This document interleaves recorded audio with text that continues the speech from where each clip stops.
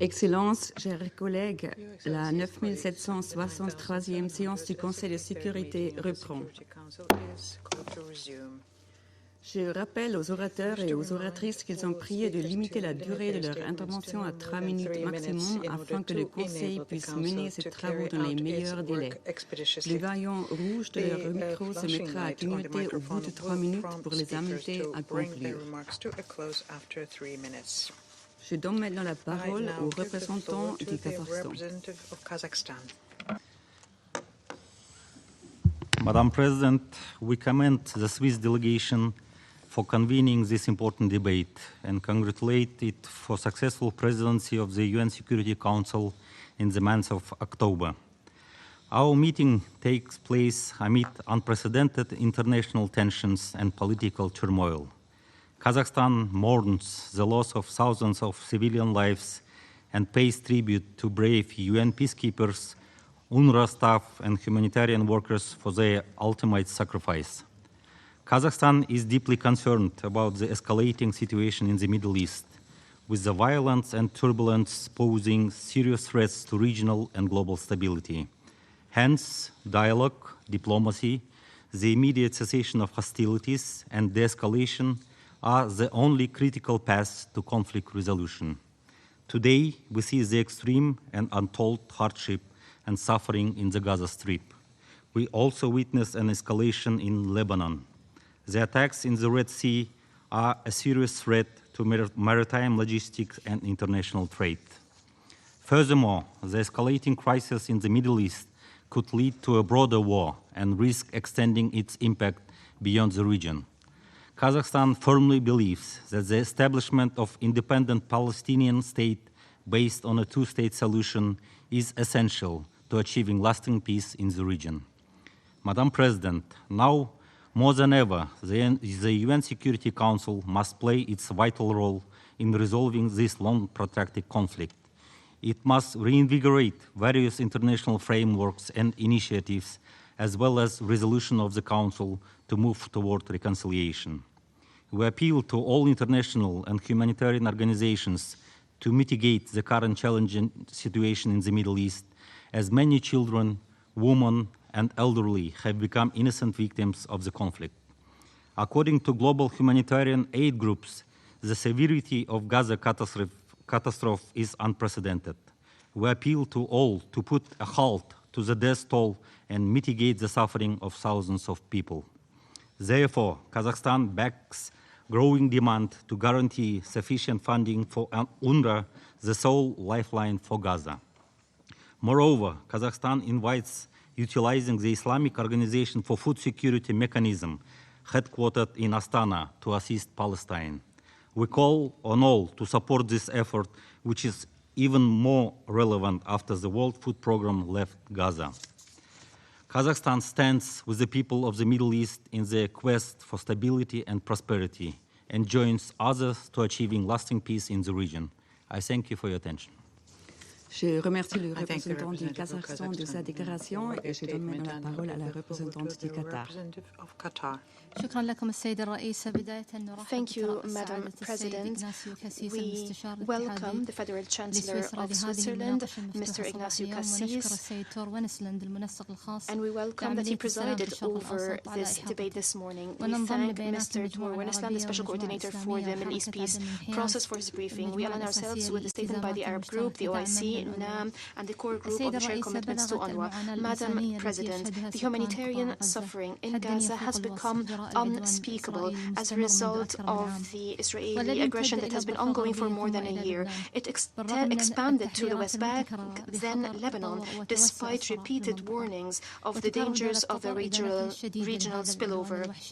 The state of Qatar reiterates a strong condemnation of this brutal aggression and collective punishment in Gaza, which led to complete destruction and turned most residents into ITPs. Today, there is no safe space in Gaza. The statement of the humanitarian coordinator in the occupied Palestinian territories indicated that the Israeli occupation is increasingly cutting off northern Gaza and preventing the delivery of all basic necessities, meaning that people are made to choose between forced displacement or being starved and shelled, and both options are violations of international humanitarian law. The High Commissioner of Human Rights stated that the forced transfer of people from northern Gaza could amount to a war crime. The aggression of occupation forces also involved atrocities that amounted to war crimes under international law. They included shelling densely populated areas and tents of refugees, cutting off basic humanitarian supplies, and forced displacement, including evacuation orders to so-called safe routes and areas that are then being shelled anyway after displaced people move to them, the besiegement and starvation, and the targeting of UN premises and convoys. All these measures are clear violations of the Geneva Conventions that oblige the occupying power to provide food and medication.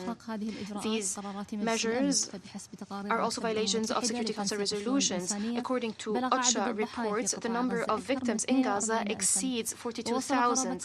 Around 500,000 have reached levels of hunger. The number of trucks entering Gaza declined to the lowest levels, and all entry ports have been closed this month. An almost complete siege has been imposed on the north of Gaza. What is transpiring now in Gaza suggests an attempt to destroy all resemblance of life in Gaza, to empty the strip of its people. This is a violation of Security Council Resolution 2735, which rejected any attempts to bring about a territorial or demographic change in the strip. 9 months have passed without any implementation of provisional measures by the ICJ that stipulated that Israel must take all possible measures to prevent the commission of actions against Palestinians that fall under Article 2 of the Genocide Convention, and to prevent incitement to genocide and provide all the necessities. Madam President, we reject any attempts to discredit UNRWA and to target UNRWA. It's an humanitarian agency. There is no alternative to UNRWA. There is more need for UNRWA in light of the disastrous humanitarian situation now. Any attempt to undermine UNRWA goes against international resolutions that established the agency as part of our collective responsibility towards the issue of refugees until it's settled justly. This is why UNRWA must be supported. We in Qatar have increased our contribution to UNRWA this year. The target of UNRWA is part of a campaign targeting the United Nations as a whole, notably the Secretary General. We take this opportunity to express our solidarity with the Secretary General and thank him for his good offices, which fall under the mandate of the UN to settle disputes peacefully and carry out humanitarian action. Madam President, Qatar condemns the Israeli aggression on Lebanon, which left thousands dead and injured. We support all diplomatic efforts. We join the American-French initiative for temporary ceasefire for 21 days to give space for the permanent diplomatic solution and the implementation of Resolution 17.1.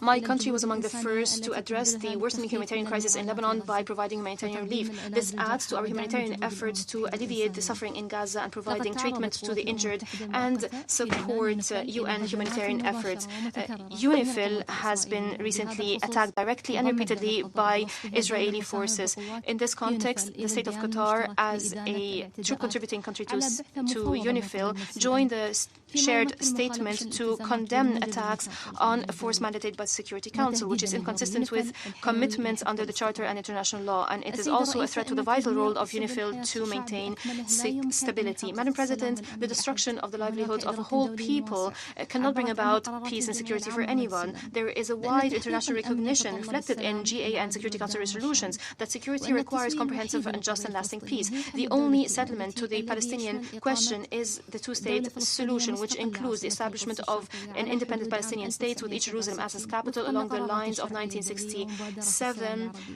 According to UN resolutions and the Arab Peace Initiative. This would be an expression of the right of self-determination to the Palestinian people. It is time to recognize the state of Palestine and grant it full membership in the United Nations as it fulfilled all criteria.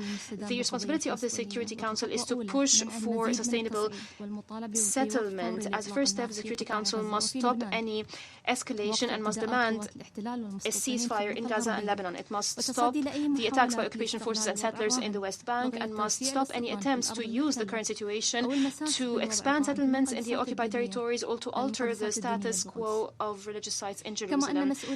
The responsibility of the Council is also to send a clear message of support to the UN and its agencies, including UNRWA and the peacekeeping operations. Madam President,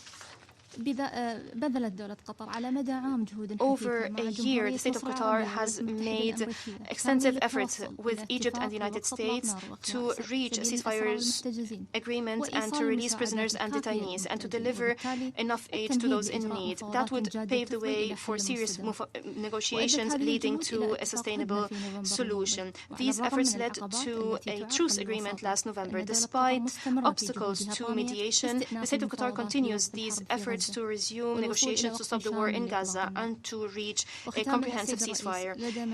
In conclusion, Mr. President, the Security Council has the necessary tools under the Charter to put an end to this unacceptable situation and to ensure the implementation of its resolution. We call upon all Council members to fulfill this responsibility at this critical juncture in the region and for the people of the region. I thank you, Madam President. Je remercie la représentante du Qatar de sa déclaration et je donne la parole au représentant de l'Indonésie. Thank you, Madam President. Indonesia aligns ourselves with the joint statement of the non-aligned movement, as well as the joint statements to be delivered on behalf of the OIC and on behalf of the core group of the shared commitment in support of UNRWA. Additionally, I wish to add the following points in our national capacity. Madam President, one of the most troubling chapters in human history is unfolding before our eyes. Israel's prolonged atrocities in Gaza and the occupied Palestinian territory have been spiraling out of control. Its recent attacks against Lebanon and Iran have brought the wider region into crisis. Not less distressing is its systematic attacks against the UN. And in this regard, we condemn the adoption of 2 bills yesterday to ban UNRWA, as it will have devastating consequences to millions of Palestinians under Israeli occupation. Never before, the threats to global peace and security and the threat to the very foundation of global order have been this imminent. Let me highlight 4 points. First, immediate and permanent ceasefire in Gaza must be realized, along with unimpeded and scaled-up humanitarian aid. In the face of firm and bold actions by the General Assembly and by the ICJ, the Council's inaction risks the Council's own relevance. Beyond the Council, all states must show their sense of responsibility and utilize all tools at their disposal to realizing ceasefire, including to push for an immediate halt to armed transfers to Israel. Second, we must safeguard the 2-state solution. Israel's long-standing policy and systematic actions to undermine the 2-state solution is unacceptable. In fact, the recent Israeli bills to outlaw UNRWA have once again evidenced such premeditated, systematic, and deliberate efforts by Israel to diminish the feasibility of the 2-state solution. The strike against UNRWA goes way beyond humanitarian issue, which in itself is already a major concern. But it also strikes deep to the core issues of the 2-state solution, namely the continued legal existence of Palestinian refugees and their right of return. This is a clear violation of international law and numerous Security Council resolutions. This also shows Israel's lack of willingness to pursue the path of peace. Instead, it seems to have chosen the path of subjugation, sowing the seeds for unbreakable cycles of violence. Third, we must not let the wider region fall into crisis. Achieving stability in Lebanon is essential for broader regional peace and security. Indonesia calls for maximum restraint to prevent further violence and reiterates our unwavering commitment to peacekeeping and peace building in Lebanon. And finally, Israel's hostility towards the UN must not go unanswered. Systematically harassing and now banning UNRWA is simply wrong, especially in the face of clear findings of the Colonna report. Declaring the Secretary General persona non grata is simply wrong, and deliberately targeting a UN peacekeeping mission, UNIFIL, is simply wrong.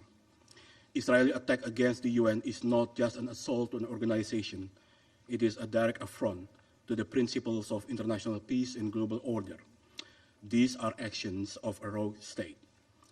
Madam President, our action or inaction will be recorded forever in history. And for the umpteenth time, I appeal to this Council. Please choose the side of justice and humanity. Thank you. Je remercie le représentant de l'Indonésie de sa déclaration et je donne maintenant la parole au représentant de l'Égypte. خالص الشكر يا سيدة الرئيس. Thank you, Madam President. Madam President, we thought that by today, a year following the beginning of the war, the Security Council would have been able to fulfill its responsibilities and stop this war. Did we trust this Council too much? Did we demand too much when we asked for stopping the war, the killing, the starvation, the detention, the destruction, and collective punishment? Wasn't the United Nations established, and wasn't the international law formulated to stop these crimes, these tragedies? It seems that international organizations were established to serve some peoples and not others. Israel killed more than 42,000 martyrs, including more than 16,000 children. It injured 98,000 civilians and destroyed the vast majority of buildings and facilities. It completely destroyed the health system and the educational system in the Gaza Strip. It forcibly displaced most residents more than once. It committed all crimes, documented crimes, and these must be investigated by international courts. Madam President, the continued crimes against the Palestinian people in Gaza, the West Bank, and East Jerusalem would not have gone for 1 year were it not for the lax attitude of the Council towards Israel. It did not compel Israel to implement its 4 resolutions. This emboldened the occupying power, Israel, to persist in its crimes, to target humanitarian convoys, hospitals, schools, and places where women and children gather in camps. It imposed one siege after another in northern Gaza to starve the people, to forcibly displace 400,000 civilians, using pretext that the world has been tired of hearing because they're false. It continued with its aggression, and Israel launched an unjust war on Lebanon, which is dragging the whole region to a military escalation that threatens international peace and security. Madam President, Israel, in full view of the world, is waging a revengeful war, which is not the first, against the Palestinian people. It is reminiscent of the criminal methods used by colonizers in past centuries. It is launching an attack of starvation, a campaign of starvation,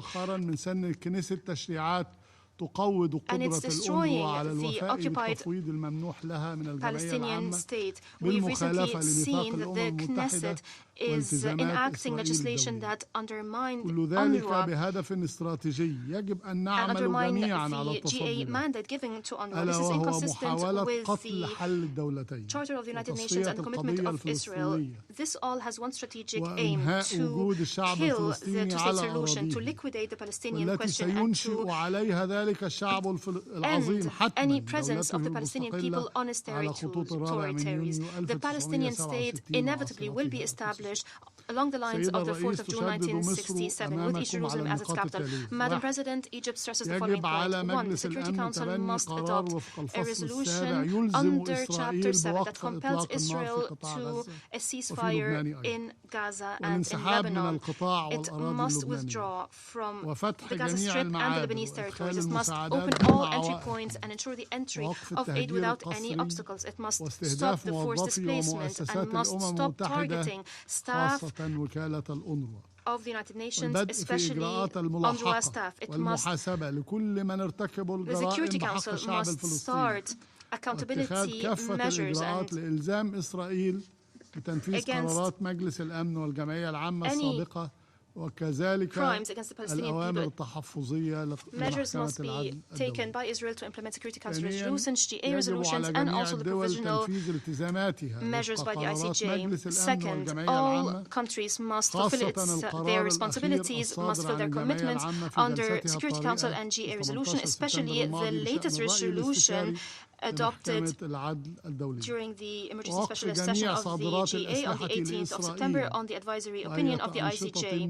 Any arms exports to Israel must stop, and any activities that entrench the Israeli occupation must stop. The international community, that's third, the international community must adopt a united stance to reject any division or a change of the demographic and geographical character of the Palestinian territories, notably the Gaza Strip, or to forcibly transfer its people permanently or just partially. The international community must stop any Israeli efforts to create a new reality by force in southern Lebanon. The time where colonizers drew borders on a map is over. For Egypt, from day one, has been making extensive efforts in humanitarian track to facilitate the provision of aid and to receive the injured. We've also joined mediation efforts with Qatar and the US to stop the fighting. The latest effort was the proposal by the President of the Republic, Mr. Abdel Fattah al-Sisi, to establish a ceasefire for 2 days for a limited exchange of prisoners and hostages on both sides, and to resume negotiations within 10 days to turn the ceasefire into a permanent one, the temporary ceasefire into a permanent one, and Egypt will continue these efforts. Madam President, ladies and gentlemen, members of the Council, we ask you again to act, and we pose the following questions. The Security Council did not respond to our previous demands, but isn't it able to at least request, to at least call for a limited humanitarian truce and define the minimum number of trucks that need to enter Gaza, starting with those besieged in the north?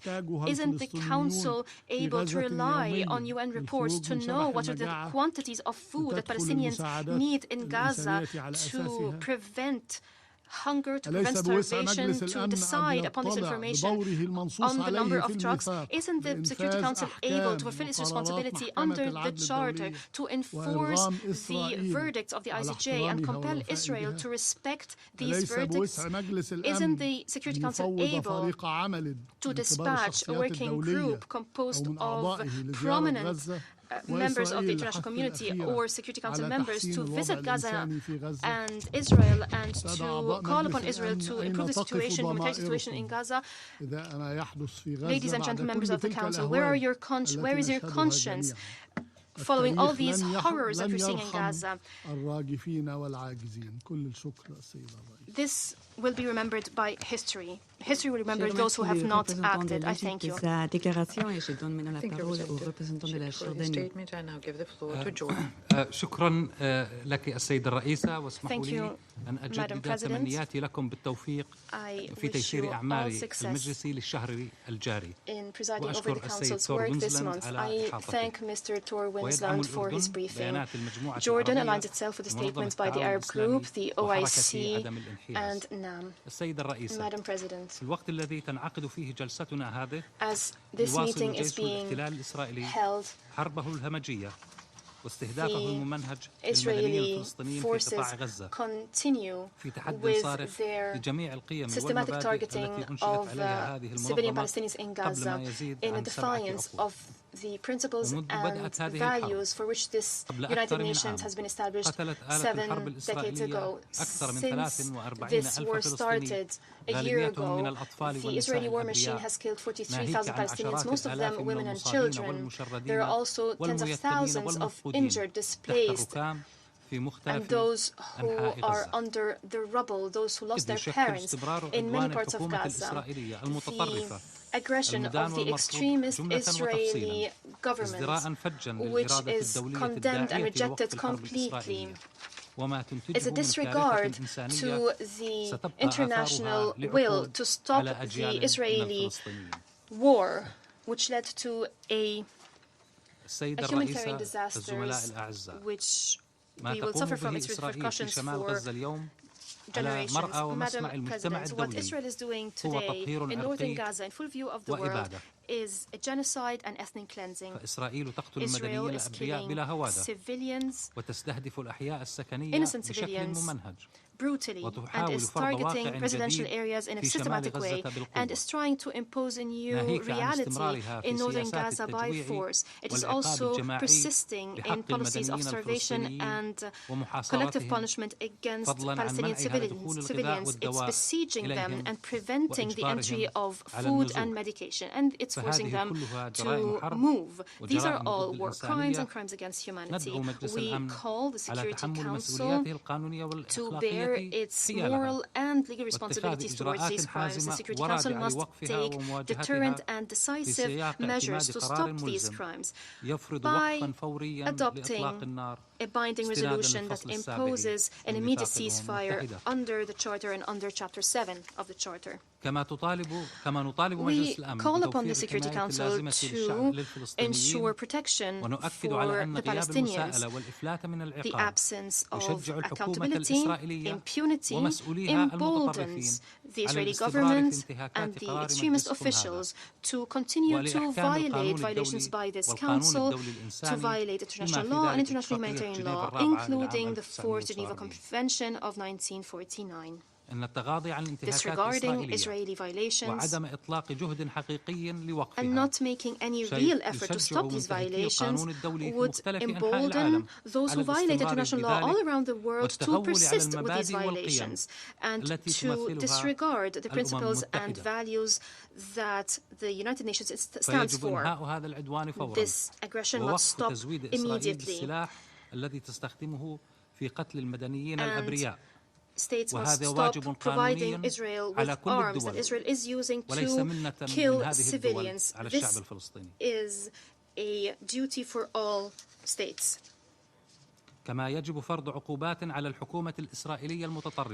Sanctions must be imposed on the extremist Israeli government. Its crimes must stop that constitute a threat to international and regional peace and security. In this regard, Jordan calls upon the international community to take unilateral and collective measures to compel Israel to implement the orders of the ICJ in the case filed by South Africa regarding violations of the Genocide Convention of 1948. Madam President, the voting in the Israeli Knesset yesterday that approved 2 laws preventing UNRWA from operating in the occupied Palestinian territories proves that a state that is a member of the United Nations is defying in an unprecedented way the will of the international community and the mandate given by the G8 to the agency. This is a dangerous precedent and would lead to the liquidation of the agency and liquidation of the issue of refugees and their right of return and for compensations. These Israeli attempts must be met with a united international reaction, not only to protect the lives of millions of Palestinian refugees and their future, but also to protect what is left of the credibility of multilateral action. We stress that attempts by Israel to stop the work of UNRWA and to liquidate the issue of Palestinian refugees will not succeed. This issue will remain alive until the Palestinian people is able to exercise its right to self-determination, to establish its independent state, and until Palestinian refugees receive all their rights to confront Israel. We reiterate in this context that there is no alternative to UNRWA. It's indispensable as it's providing services to millions of Palestinian refugees. We call upon the international community once again to provide the necessary support to UNRWA to allow it to continue to provide its services in Gaza and all its areas of the operation according to the UN mandate. Madam President, the West Bank and the occupied Jerusalem are also seeing a great deterioration as part of unilateral practices by the Israeli government and terrorism perpetrated by settlers. That includes confiscating land, expanding settlements, killing Palestinians and destroying their property. We call for concerted international efforts to stop Israeli attempts to create a new reality on the ground, to undermine the prospects for the establishment of an independent Palestinian state and achieving comprehensive peace based on the two-state solution, which is an Arab strategic choice. We learn of the storming by extremist settlers of the Al-Aqsa Mosque. We stress that Jordan will confront any attempts to alter the historic status quo or the legal status quo as part of the Hashemite, the custodianship of the Hashemite Kingdom of Jordan of the Muslim and Christian holy sites. Madam President, Jordan stands with Lebanon, with the security, territorial integrity and sovereignty of Lebanon. The aggression against Lebanon must stop, and Resolution 1701 must be fully implemented. The international community has a responsibility to stop the dangerous escalation in the region. International efforts must intensify to reach a comprehensive ceasefire in Gaza and to ensure the full withdrawal of Israeli forces from Gaza and to ensure the delivery of humanitarian aid without any obstacles. It is important to end the Israeli occupation and achieve a just peace, to fulfill the aspirations of the Palestinian people to self-determination and to allow the Palestinian people to establish its state on its territories on the basis of the two-state solution. Madam President, Israel believes it has a golden opportunity to liquidate the Palestinian question through its massacres, through its crimes, that it is boasting of. The soldiers and leaders of Israel are boasting of these crimes. Even components of society are boasting of these crimes. In thousands of videos circulated on social media. And I'm sure you've seen these videos. And we heard they are chanting, saying, burn their villages. This is like a daily celebration seen on the internet in the Israeli society. But these crimes and these massacres will only increase the insistence of the Palestinian people to achieve their rights and to stay on their land. These crimes will beget generations of thousands of Palestinians insisting on turning their dream to reality and establish their independent states with Al-Quds Sharif as its capital on their territories. I thank you, Madam President.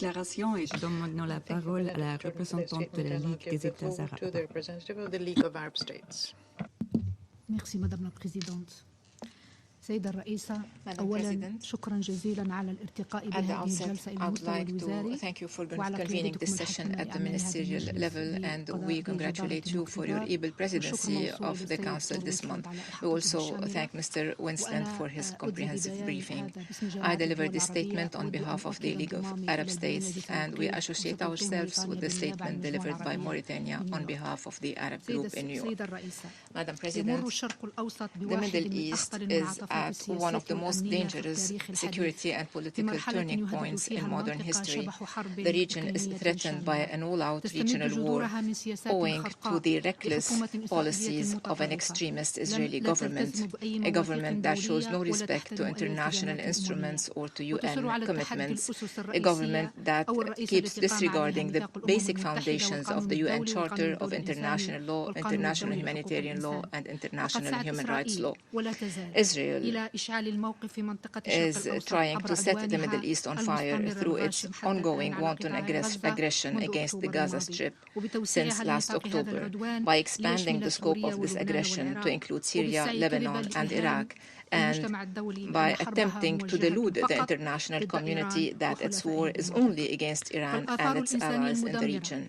The devastating humanitarian consequences of its war against the Arab world, including Palestine, has caused destruction and material and humanitarian damages. It has proved in numbers and statistics the falsehood of these allegations, and it has proved that the only Israeli goal is to eliminate all chances for the two-state solutions and to prevent the establishment of a Palestinian state. The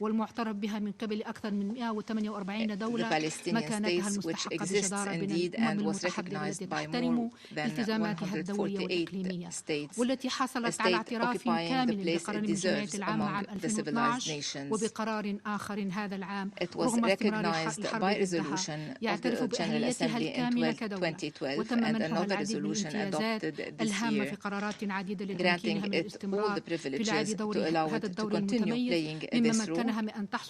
This has allowed Palestine to get the support of 12 of the Security Council member states, recommending to grant full membership to the State of Palestine, a membership that is rightfully deserved, pursuant to GA Resolution 181, which had granted Israel full membership in the United Nations.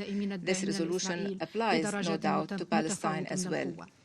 من نفس المنطلق فإن تجاهل إسرائيل للأوامر الوقتية الصادرة من محكمة العدل الدولية والتي تؤكد على اقتناع المحكمة بارتكابها لجرائم الإبادة الجماعية في الأرض العربية المحتلة والتحذيرات الصادرة عن المحكمة الجنائية الدولية المتضمنة اتهامات واضحة بارتكاب إسرائيل هذه الجرائم بحربها المستمرة والمتصاعدة حتى الآن ورفضها تنفيذ الرأي الاستشاري للمحكمة العدل الدولية أكد على حتمية انتهاء احتلالها غير الشرعي للأرض all those have confirmed the unlawful occupation of Israel of Palestinian territories, and it attempts to consolidate this occupation by committing war crimes, starvation, threatening and intimidation to oblige the population of the north of Gaza to flee towards the south or to neighboring countries. They are even attempting to prevent UNRWA from playing any role with the Palestinian refugees. And yesterday, unfortunately, the Israeli Knesset adopted a law qualifying UNRWA as a terrorist organization, barring its activities inside the occupied Palestinian territories. The League of Arab States strongly condemns this law and calls upon the Security Council to confront this unjust resolution and freeze its implementation. Israel has also described the Secretary General of the UN as a persona non grata and a serious precedent in our history. In addition to many provocative unilateral measures that prove that Israel is a rogue state above the law and that its conduct represents the greatest threat to regional and international peace and security. Madam President, the violation by Israel of the airspace of Syria, Iraq and Lebanon on Sunday and the targeting of facilities in these countries under the pretext of retaliating against Iran sounds the alarm of the Security Council and a threat to broaden the war into an all-out regional war. We emphasize the need for the Security Council to implement its resolutions to impose an immediate ceasefire in Gaza, Syria and Lebanon, to guarantee the immediate flow of humanitarian assistance and guarantee that this assistance is granted to the Palestinian people. كما يتطلب ذلك استخدام كافة السبل الممكنة لحماية الشعب الفلسطيني المرابط على أرضه والمدافع عن حريته وكرامته من دولة مريقة محتلة تنتهك كافة الأسس وقواعد القانون والأخلاقية دون أدنى خوف أو مساءلة أو عقاب. الأمر الذي حال دون أن تدخل أمور الوساطة لأجل عقد صفقة خارج الأمم المتحدة التي تقودها بجهود كبيرة وحثيثة كل من مصر وقطر والولايات المتحدة الأمريكية بتسهيلها للوساطة. وكل ذلك دفع بالجامعة العربية إلى التشديد على الدور الذي يدعيها الأمم المتحدة القيام به أولا لفرض تنفيذ قرارات المجلس الموقر ضد دولتين مارقة لم تعد محبة للسلام بل وفقدت شرطا أساسيا من شروط القضية المنظمة this state has lost the basic conditions to be a member in this organization, and second, to create a clear political horizon for a peaceful settlement of the conflict through negotiations in order to implement the two-state solution away from geopolitical confrontations. The League of Arab States has always supported all the activities of the Arab Islamic Ministerial Committee until we reach the two-state solution and implement the Arab Peace Initiative. We have been calling the Arab Alliance to accelerate the implementation of the two-state solution, and the League will also support all efforts. We value all alliances aiming at strengthening the role of UNRWA to allow it to discharge its pivotal role in the occupied Palestinian territories and the other 5 regions. The League will be confronting all the attempts of the occupying force to undermine UNRWA, and will call for holding Israel and its officials accountable for the genocidal crimes they have committed. We call for ending the supply of offensive weapons to Israel, those weapons that are used against the defenseless Palestinian people and that are used to support the settlers in their colonial settlement activities. In conclusion, we call upon the Security Council to adopt all the measures to implement your resolutions to end the Israeli occupation of Arab-occupied territories, including in South Lebanon, the occupied Syrian Arab Golan.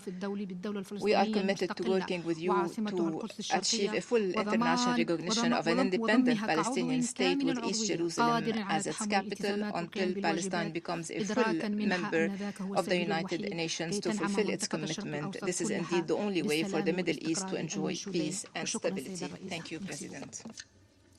Je remercie la représentante de la Ligue des États arabes de sa déclaration et je donne maintenant la parole au représentant de l'Irlande. Thank you, President.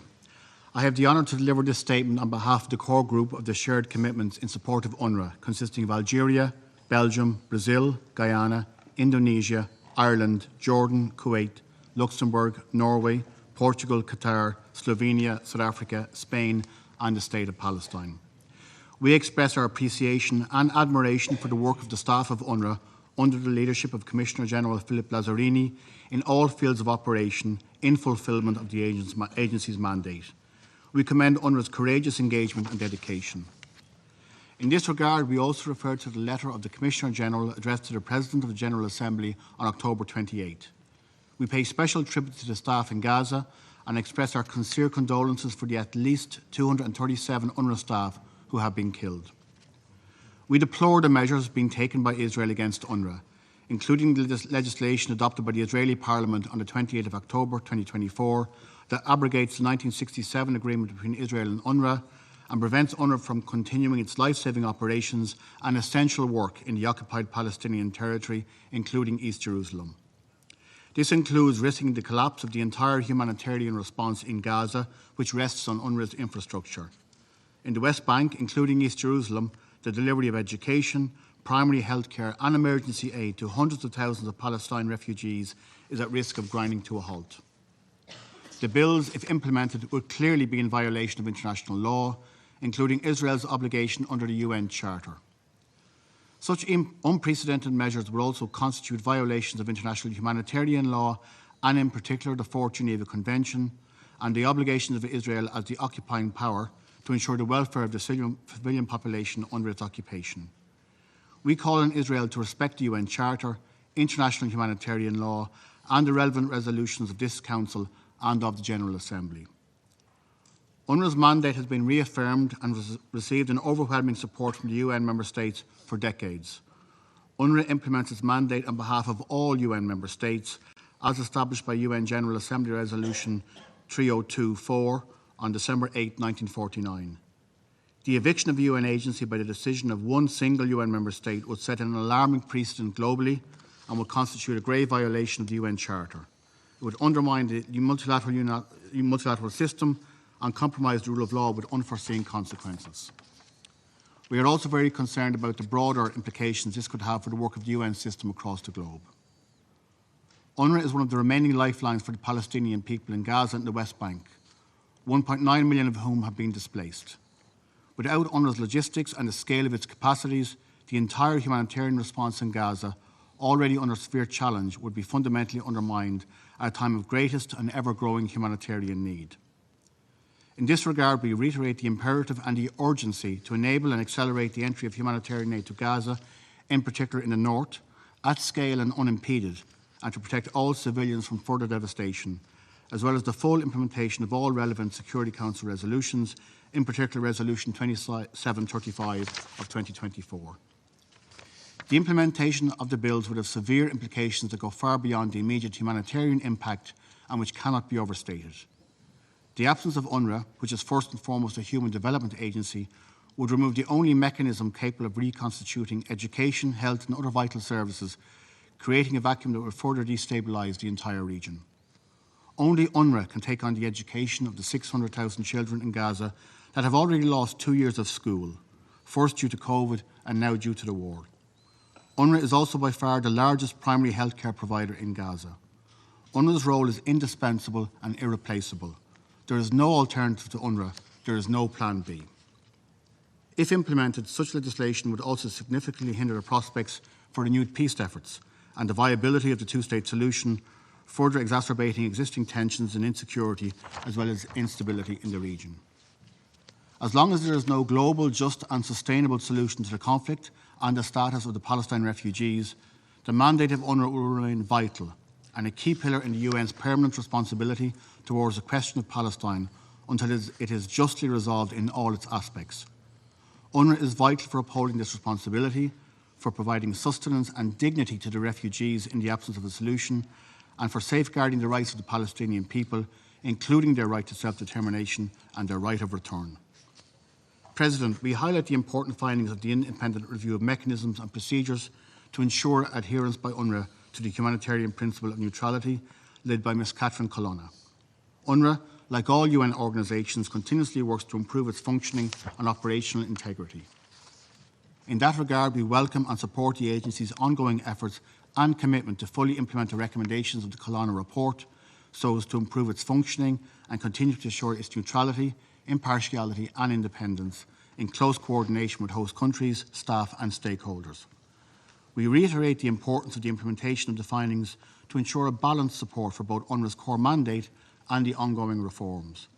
We urge all Member States to support and ensure a conducive environment for the implementation of the recommendations. We reaffirm the shared commitments on UNRWA, which gathered overwhelming support from 123 signatories to date, and we remain committed to ensuring the support necessary to enable the agency to fulfil its vital mandate. We recently came together to reaffirm our commitment to uphold UNRWA's mandate. We do so again today, and we will continue to do so. Madam President, I will now deliver a statement in my national capacity. President, Ireland aligns itself with the statement of the European Union. Ireland is appalled at the measures being taken by Israel against UNRWA. We condemn in the strongest terms the approval by the Israeli Parliament of legislation to prevent UNRWA from operating in the occupied Palestinian territory. The decision to cut off a UN agency, on which 1.9 million people depend, is shameful. These actions bring us even further from a two-state solution and sets a very dangerous precedent for the work of the UN and for all organisations of the multilateral system. Israel must facilitate the delivery of humanitarian assistance to civilians in the occupied Palestinian territory in accordance with its obligations under international humanitarian law.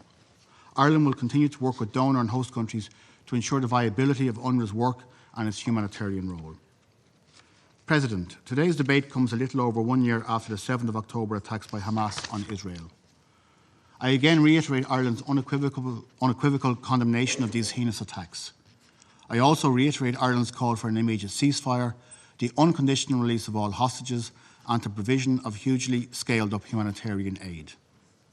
The heart of this instability remains the conflict in Gaza and the broader occupation of Palestinian territory by Israel. Last week, Acting Under-Secretary General for Humanitarian Affairs, Joyce Musa, issued a stark warning that the entire population of North Gaza is at risk of dying. Ireland calls on Israel to immediately end its siege in northern Gaza.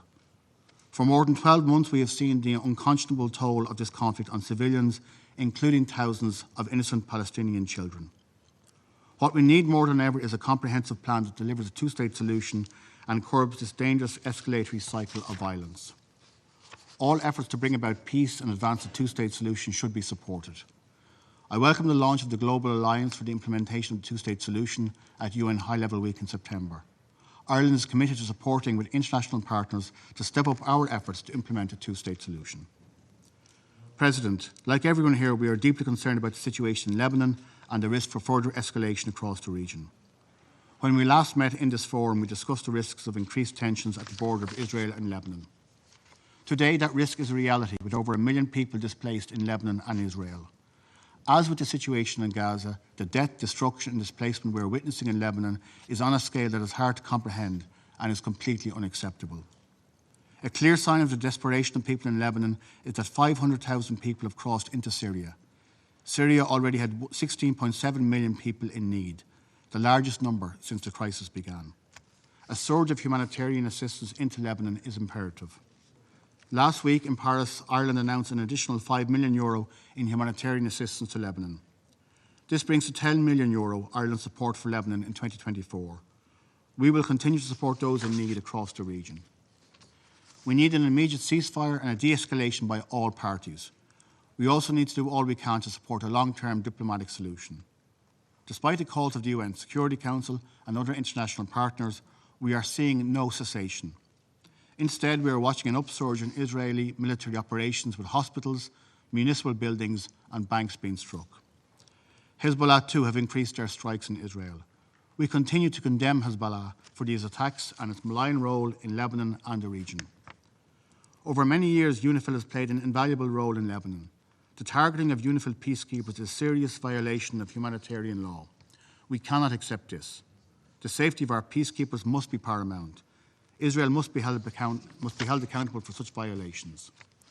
The role of the Lebanese armed forces must be enhanced and its resources deepened.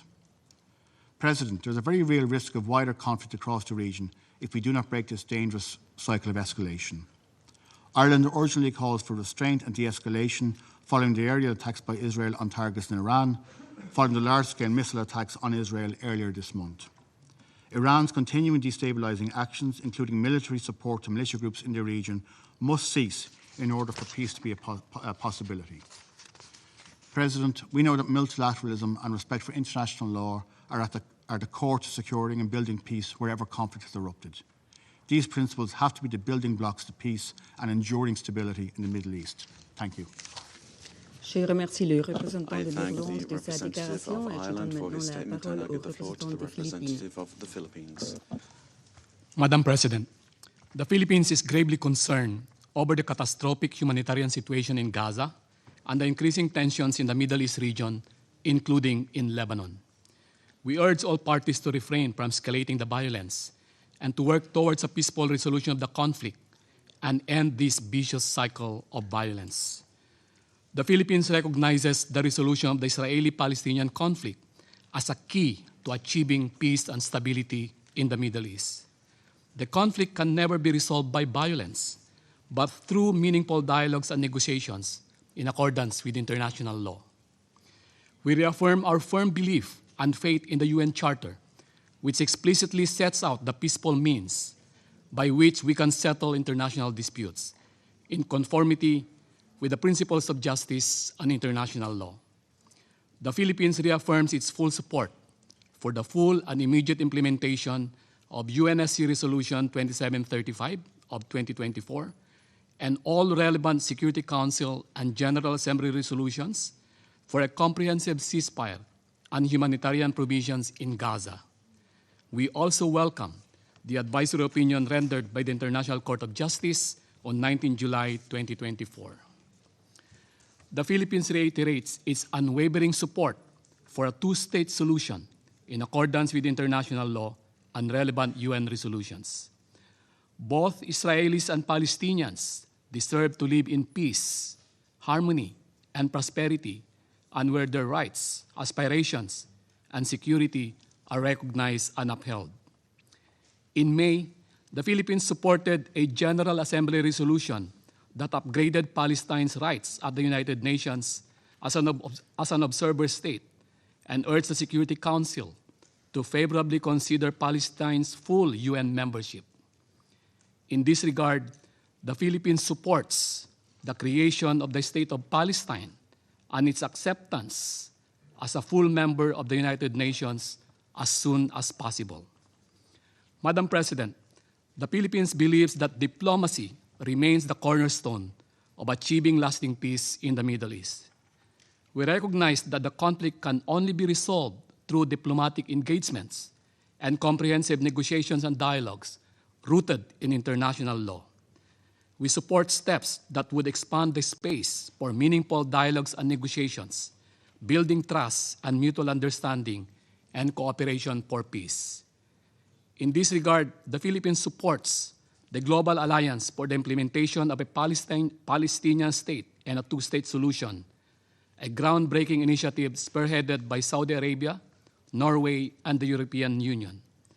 The Philippines will participate in the meetings and initiatives of the Global Alliance with a view to realizing the two-state solution as soon as possible.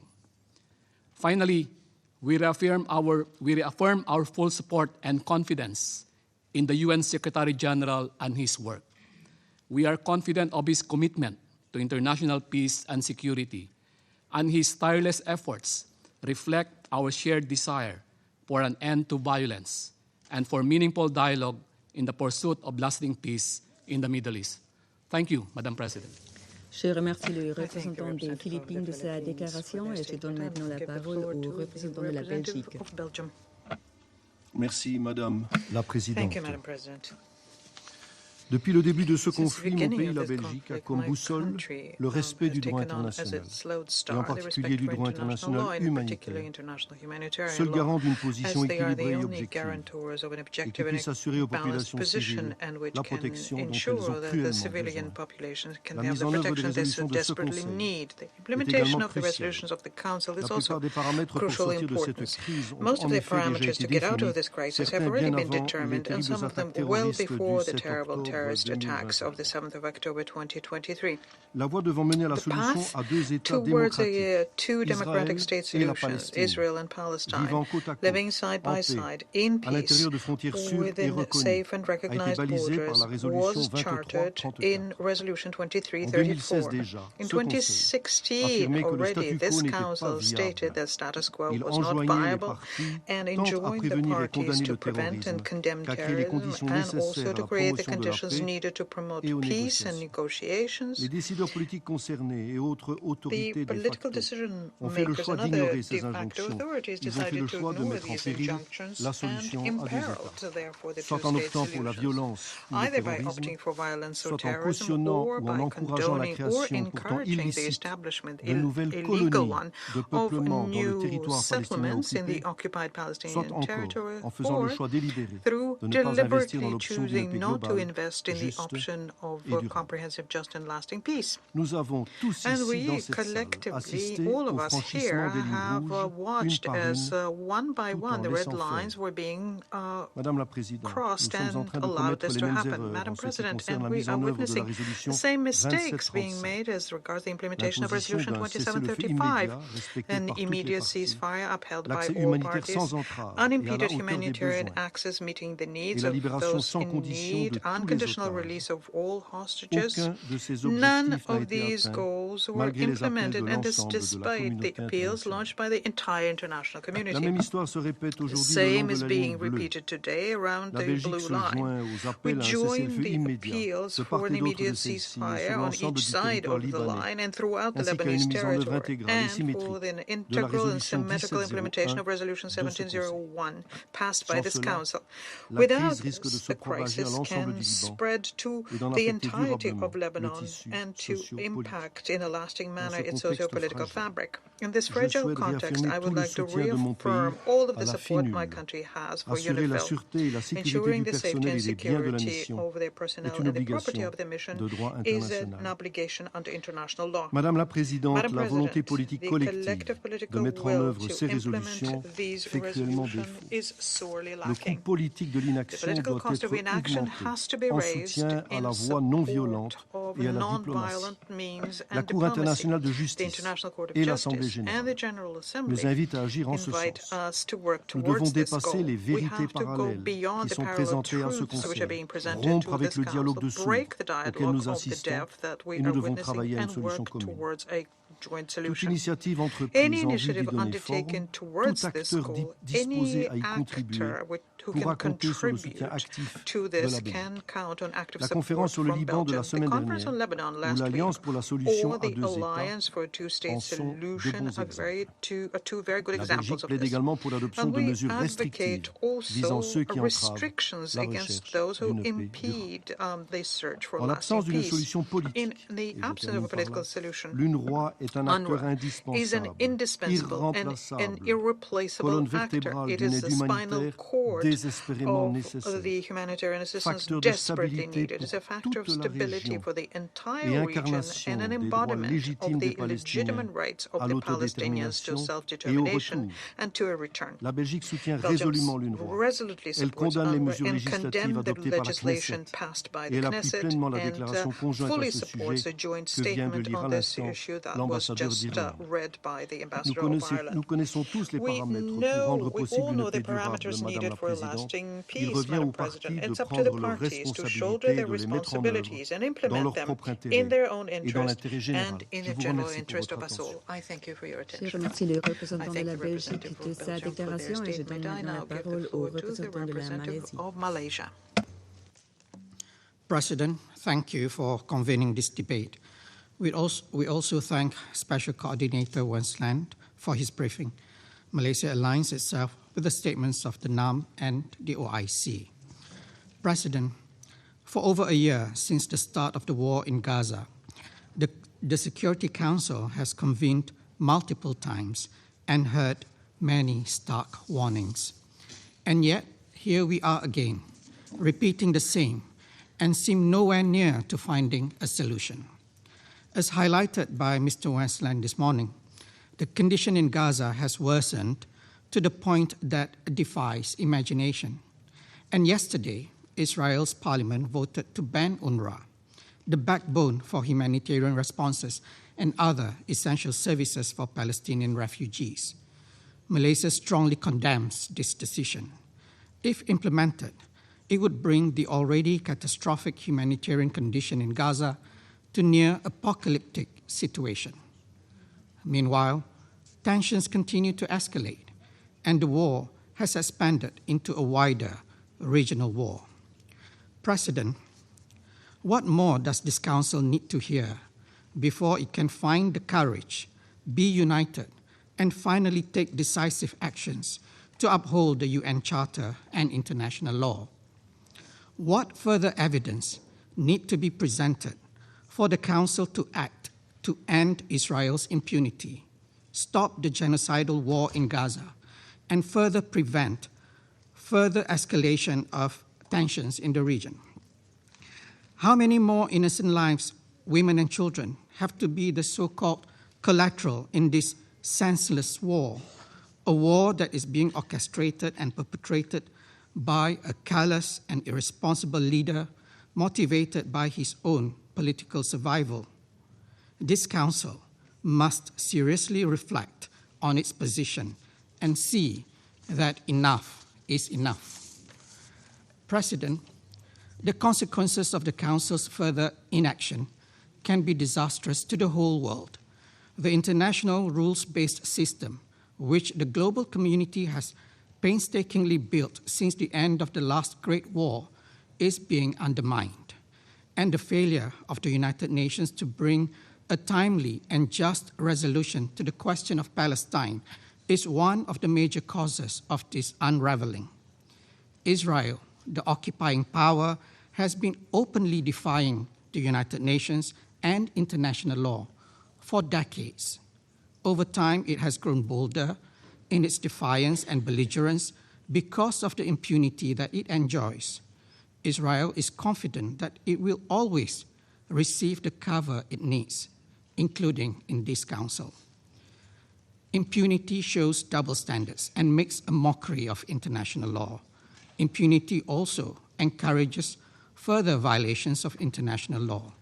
It serves as a bad example to others and will undo efforts in forging a rules-based order as the guarantee for international peace and security. The threshold for Council action was crossed a long time ago. United and decisive actions from this Council is needed now more than ever for the sake of the global order. The General Assembly has consistently demonstrated its will to end Israel's impunity, as reflected through the adoption of Resolution ES 10/24 by an overwhelming majority last month. We implore this Council to act and ensure the implementation of this resolution. Israel's illegal occupation of Palestinian land must end, and the right to self-determination of the Palestinian people must be fully realized. President, we are at a dangerous juncture. This Council must put aside its differences and unite in upholding international law. This Council must lead the world away from the brink of this dangerous abyss. For the sake of global humanity, I pray that this Council make the right choice and make it fast. Thank you. Je remercie le représentant de la Malaisie de sa déclaration et je donne maintenant la parole à la représentante du Maroc.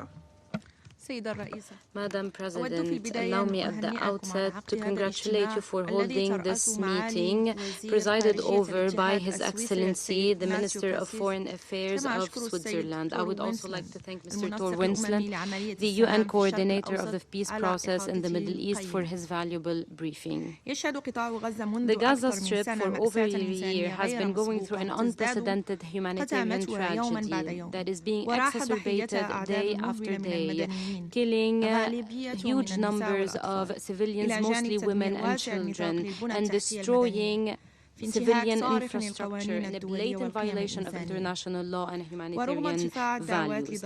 Despite the calls for a ceasefire, the conflict was expanded and included other states in the Middle East.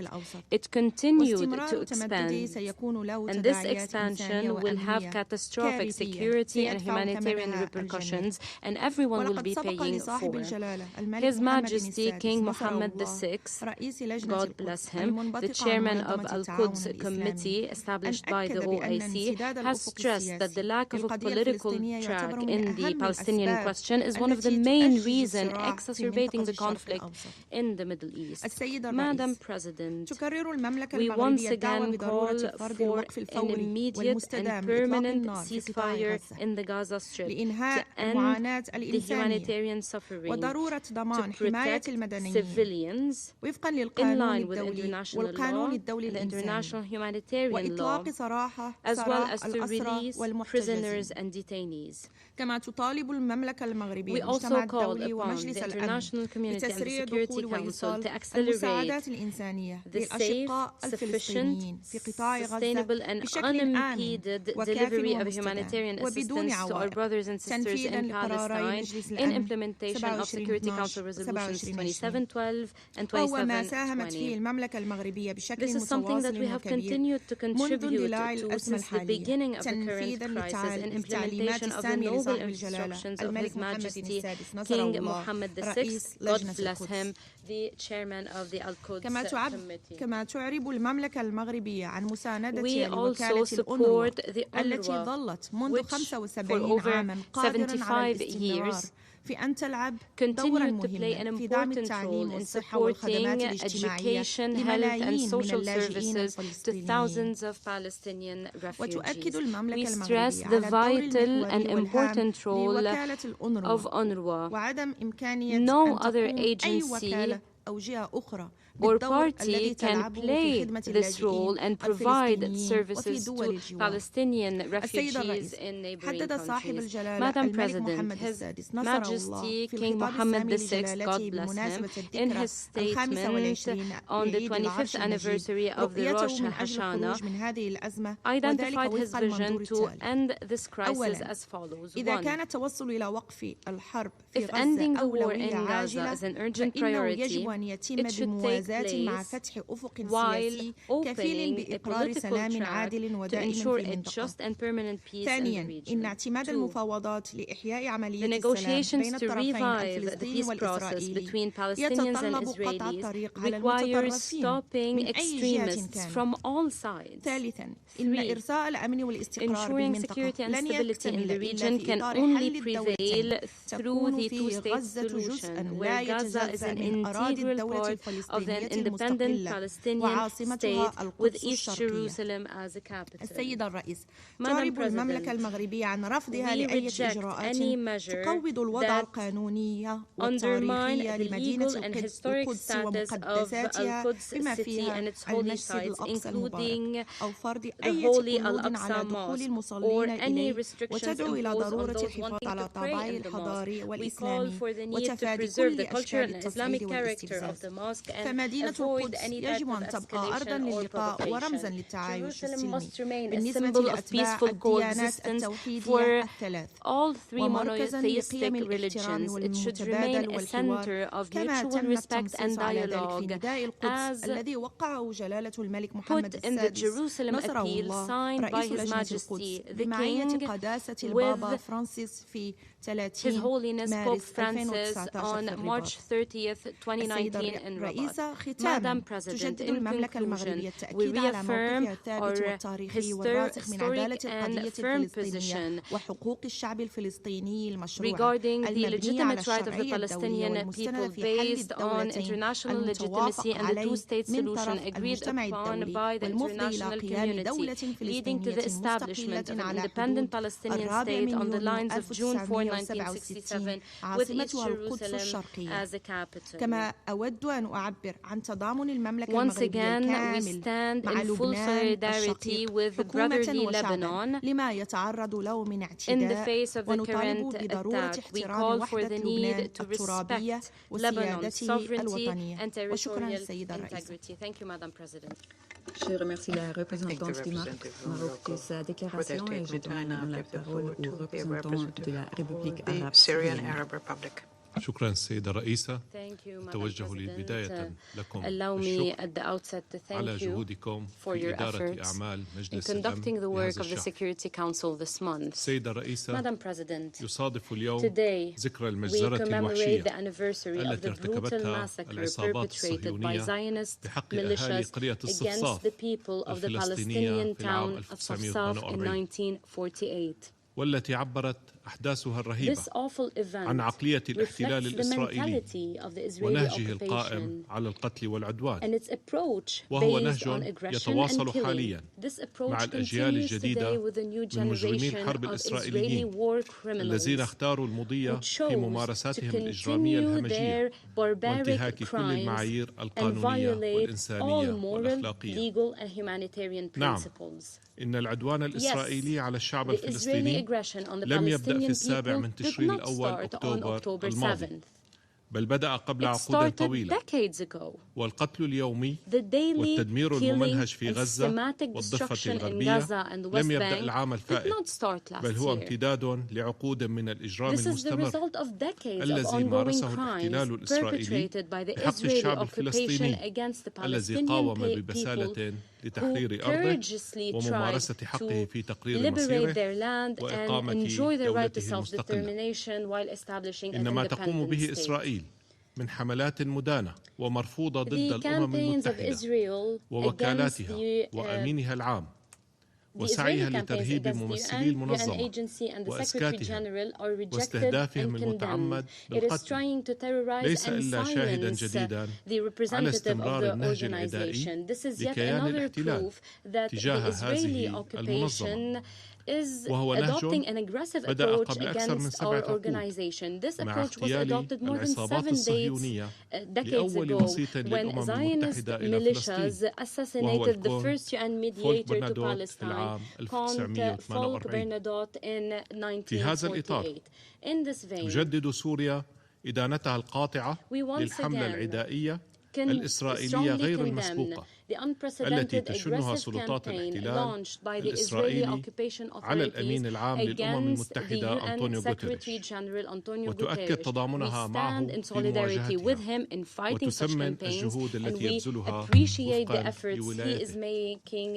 كما ترفض سوريا الإجراءات الأحادية التي يتخذها الكيان الإسرائيلي لتقويض وكالة الأونروا وحظر عملها داخل الأراضي الفلسطينية، والتي بلغت حد توصيفها على أنها منظمة إرهابية، وهو سلوك بالغ الخطورة وغير مسبوق لا يسيء للوكالة فحسب، وإنما للأمم المتحدة بأسرها كمنظمة دولية ومحفل عالمي جامع.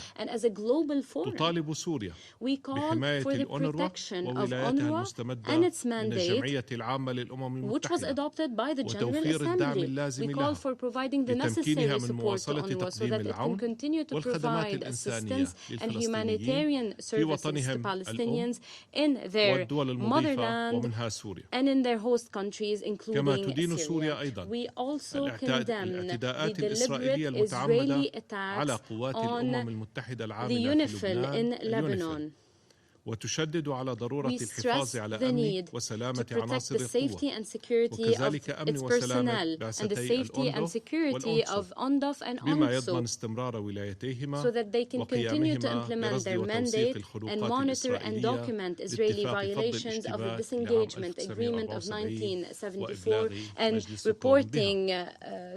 سيد الرئيس، لقد رافقت القضية الفلسطينية الأمم المتحدة منذ نشأتها، واعتمدت منظمتنا بمختلف أجهزتها مئات القرارات التي أكدت موقفها الرافض لممارسات الاحتلال الإسرائيلي وجرائمه والمطالب بإنهاء الاحتلال وانسحابه من الأراضي العربية المحتلة، إلا أن تلك القرارات لم تجد طريقها إلى التطبيق بعد أن نصبت الدول الغربية دائمة العضوية نفسها حامية لإسرائيل على حساب القانون الدولي ومبادئ ومقاصد منظمتنا وأمن واستقرار منطقتنا ومعاناة وآلام أهلها. لقد شجع الدعم الذي تقدمه الولايات المتحدة الأمريكية إلى جانب بعض الدول الغربية الأخرى كيان الاحتلال الإسرائيلي ومجرمي الحرب القائمين عليه، فأمعنوا في بغيهم وأوغلوا في جرائمهم بحق الشعب الفلسطيني، ووسعوا عدوانهم إلى لبنان الشقيق، وكثفوا من اعتداءاتهم على أراضي الجمهورية العربية السورية حتى باتت شبه يومية. وفي ضوء استمرار الاعتداءات الإسرائيلية على بلاده والتي بلغ عددها حتى 21 من الشهر الجاري 116 اعتداء، فقد وجه السيد وزير الخارجية والمغتربين في الجمهورية العربية السورية بسام صباح قبل أيام رسالة للأمين العام للأمم المتحدة أوضح فيها ما تمثله تلك الاعتداءات من انتهاك لسيادة سوريا ووحدة وسلامة أراضيها، وبين الآثار الناجمة عنها من استهداف لمنازل المواطنين الآمنين والبنى التحتية والمرافق الخدمية المدنية والمنشآت الاقتصادية، لا بل وحتى المقرات الدبلوماسية والمعابر الحدودية، وطالبه بمواصلة بذل جهوده ونهوض الأمم المتحدة بمسؤولياتها لوضع حد لممارسات الاحتلال الغاصب ووقف أعمال العدوان والانتهاكات الجسيمة التي يرتكبها وضمان مساءلته عنها وعدم الإفلات من العقاب، ونتطلع لتحقيق ذلك في أقرب وقت ممكن. سيد الرئيس، تؤكد سوريا تضامنها الكامل مع الشعبين الفلسطيني واللبناني الشقيقين في مواجهة العدوان الإسرائيلي والجرائم البربرية التي ترتكبها سلطات الاحتلال، كما تدين الاعتداء الإسرائيلي على إيران وتؤكد حقها في الدفاع عن نفسها وحماية شعبها وصون سيادتها. من جهة أخرى، سيد الرئيس، تواصل سوريا اتخاذ كافة الإجراءات اللازمة effort, and we continue to take the necessary measures to host our Lebanese brothers and sisters and the Syrian returnees from Lebanon, whose numbers are estimated at 500,000 people, despite the huge needs and the weak capabilities. We are providing necessary humanitarian assistance and services, including services in terms of shelter, health, transportation, communications, and other sectors. We look forward to supporting to receiving support to such relevant efforts and to the response to the UN calls to provide emergency humanitarian response. In conclusion, Madam President, we once again call upon the Security Council to take immediate action to stop the Israeli aggression, which threatens international and regional peace and security. We call upon it to compel the occupation authorities to stop their genocide and war crimes, to ensure they are held accountable and ensure they do not enjoy impunity. We reaffirm the need to implement the relevant UN resolutions to end the Israeli occupation of Arab land in Palestine, Syria, and Lebanon.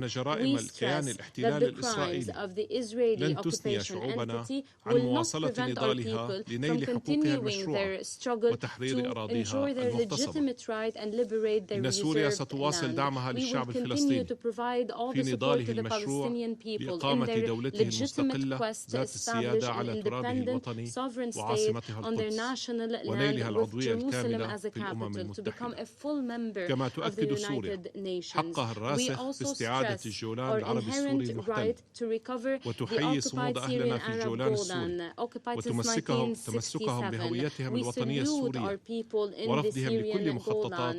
We salute their attachment to the Syrian national identity and their rejection to all plans to impose Syrian nationality on them. We call upon Mr. Tor Winston to carry out his mandate and to stop turning a blind eye to the Israeli violations on Syria and the practices, the aggressive practices of Israel against our people in the Golan. Thank you, Madam President. I thank the representative of the Syrian Republic for their statement. I now give the floor to the representative of Mexico. Señora Presidenta, Madam President, Excellencies, Mexico has been participating in these all too recurrent debates in the hope that the voices of the international community speaking as one and speaking in favor of urgent peace that is needed in the Middle East will really be listened to in the Security Council. Unfortunately, reality shows us that this is a critical time for peace, and as a result, there is an urgent need to act collectively in order to bring stability to said region. Firstly, my country laments the fact that as a result of the despicable attacks perpetrated by Hamas against the Israeli population in October of last year, each day that has gone by has seen an increase in disproportionate hostilities against the Palestinian population. Mexico reiterates its position with regard to the Palestine-Israeli conflict.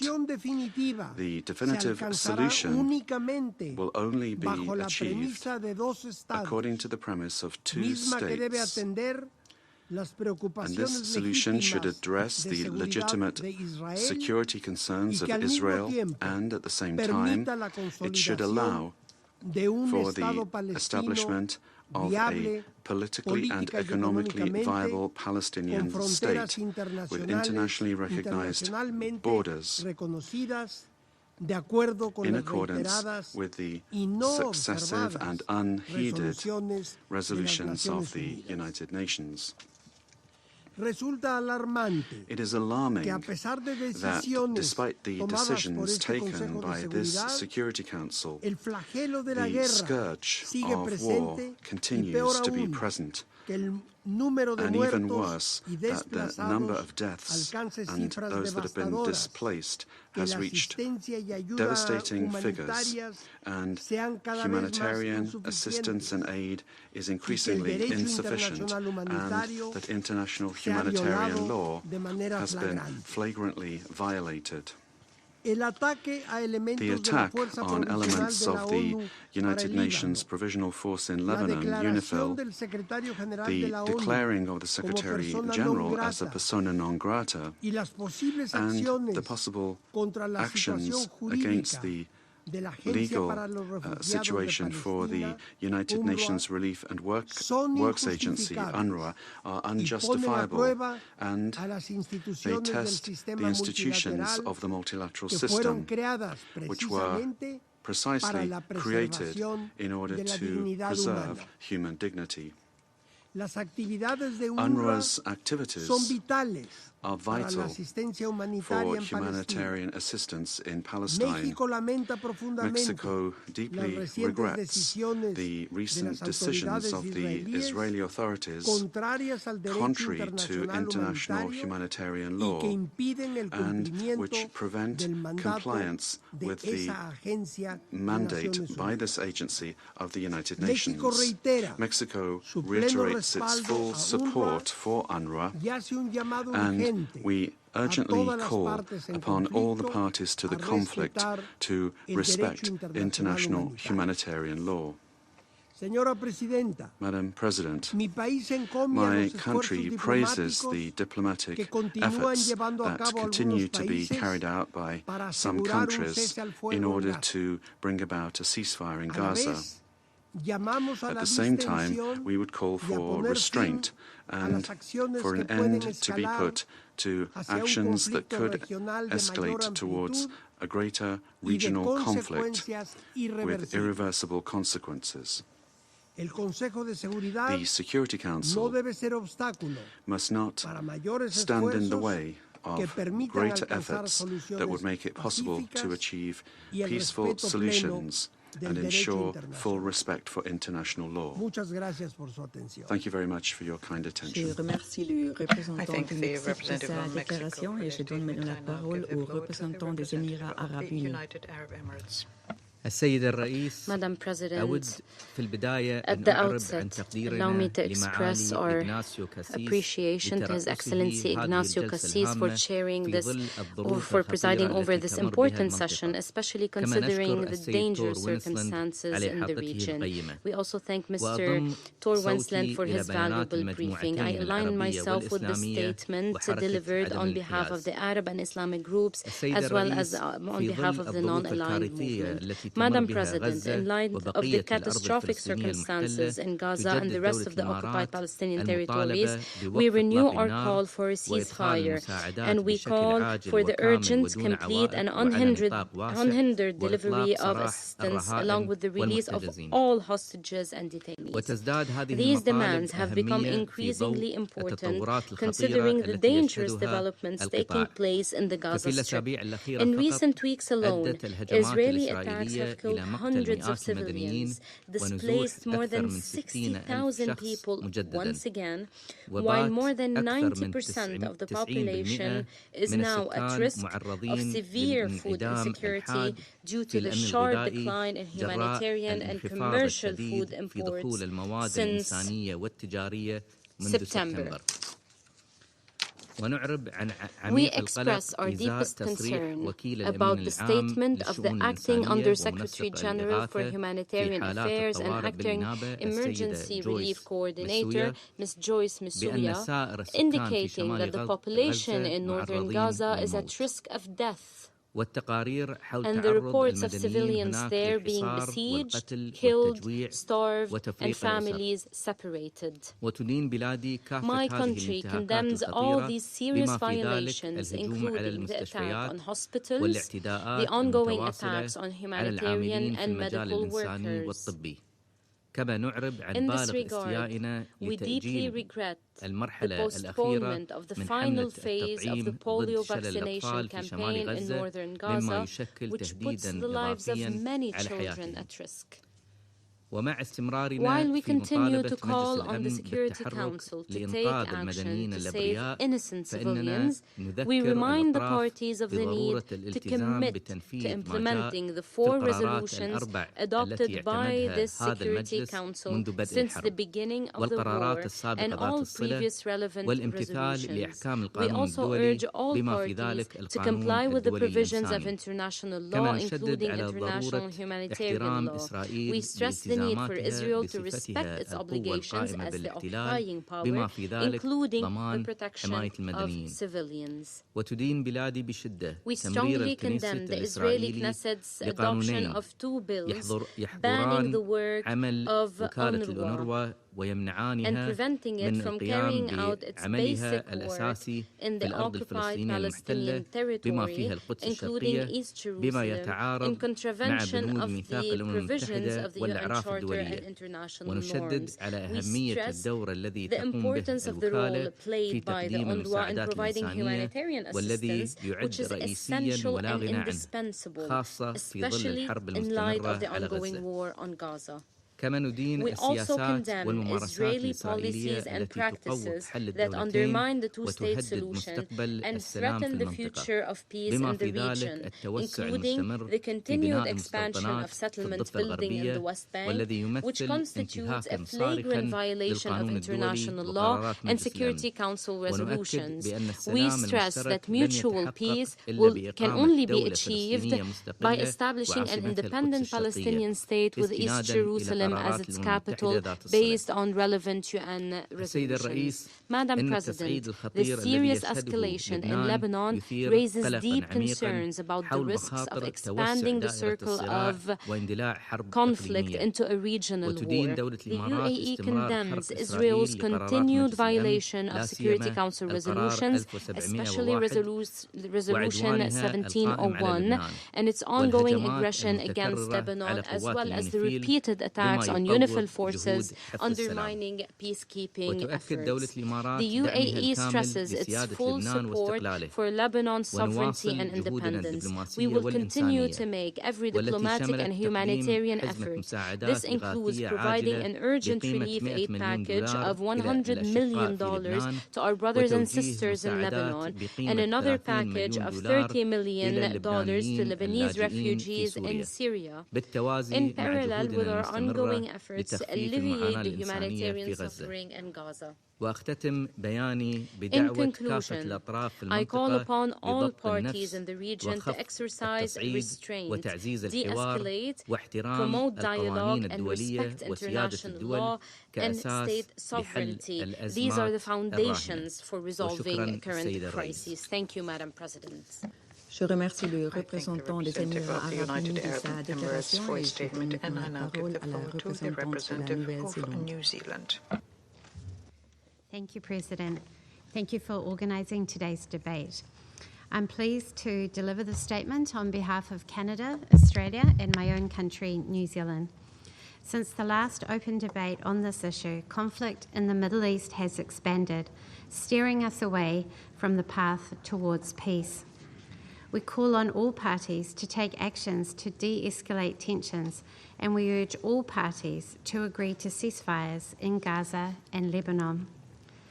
1 year on from October 7, we remain unequivocal in our condemnation of Hamas. Then, as now, we remain appalled by Hamas' brutality and the taking of hostages. Hamas must release all remaining hostages immediately.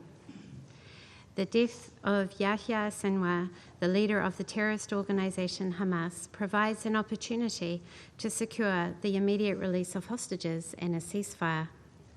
We unequivocally condemn Iran's attack on Israel on 1st of October, and we call on all parties to break the cycle of retaliation to prevent a wider regional conflict. We also call on Iran to refrain from stoking violence in the region, including through its support for militant groups. We also condemn attacks on Israel by Hezbollah and the Houthis and urge both groups to lay down their arms. We urge Israel to exercise restraint and listen to the concerns of the international community. We respect Israel's right to defend itself, but the right of self-defense is not unconstrained. It must comply with international law, including international humanitarian law. The protection of civilians and the humanitarian workers who deliver the food, water, and medicine civilians need to survive is paramount.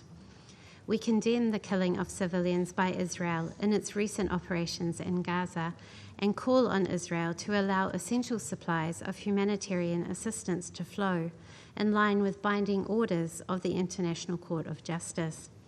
Palestinians cannot pay the price for the defeat of Hamas. We are alarmed at the attacks on UN peacekeeping troops by Israel and the unreasonable demands for UNIFIL to vacate its positions in southern Lebanon, in contravention of its Security Council mandate. And we are gravely concerned that the attacks seriously jeopardize the safety and security of UNIFIL forces and set a dangerous and unwelcome precedent. Security Council Resolution 1701 must be upheld, and we urge all parties to adhere to its provisions. We are also alarmed at the treatment of UN agencies by Israel and the unjustified attacks on the UN Secretary-General himself.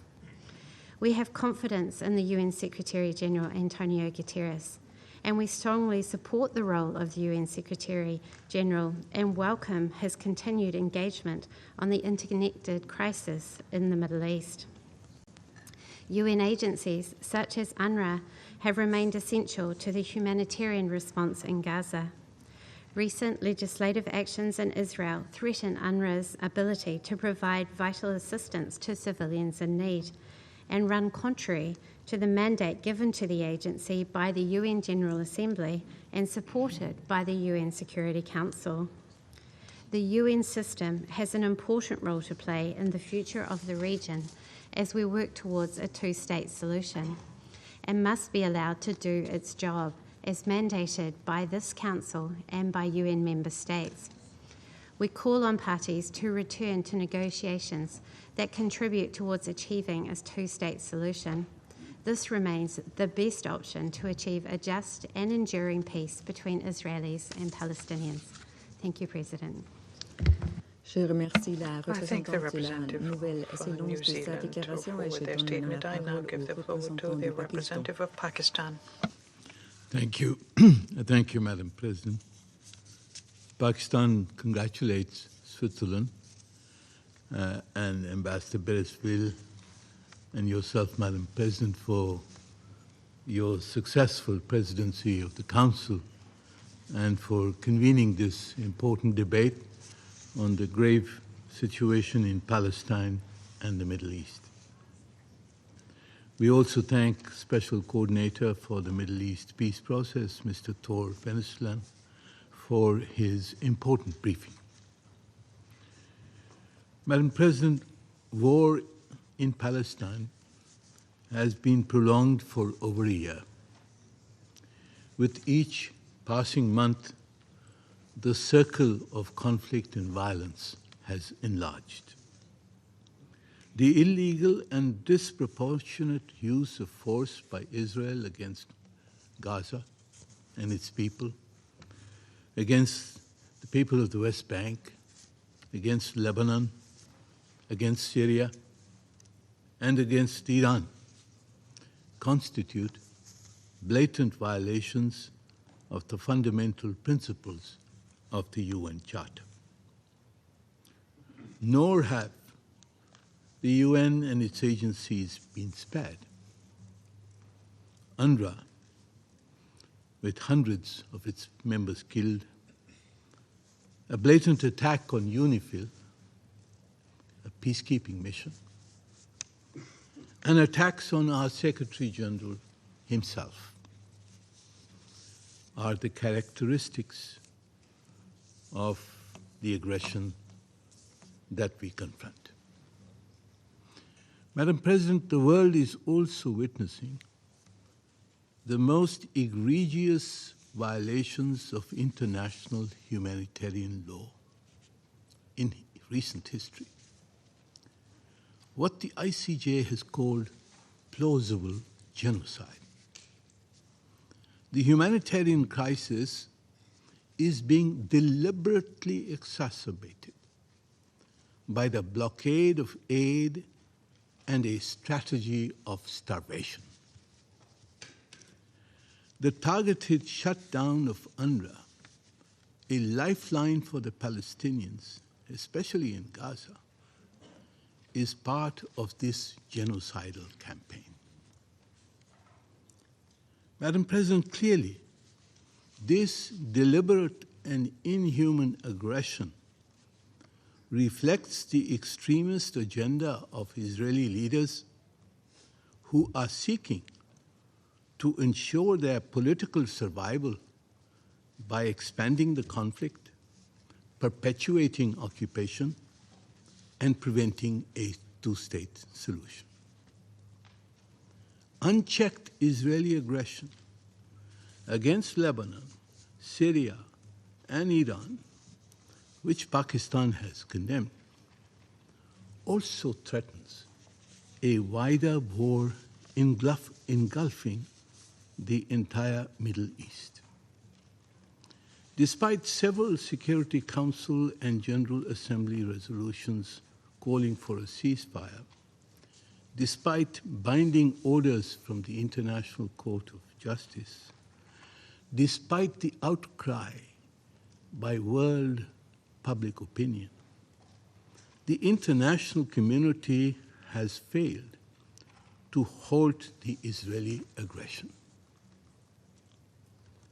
Madam President, it is facile to blame only the Security Council. The reasons for Israel's sense of impunity are self-evident. It is appalling that Israel continues to receive unimpeded weapon supplies to sustain its campaign of aggression and slaughter of innocents. Madam President, we are at a critical moment in history. Israel's ongoing aggression is not only destabilizing the region, it poses a systemic threat to global peace and security and to world order. There is no precedent for Israel's rogue behavior. The Security Council and the global community now face a decisive choice.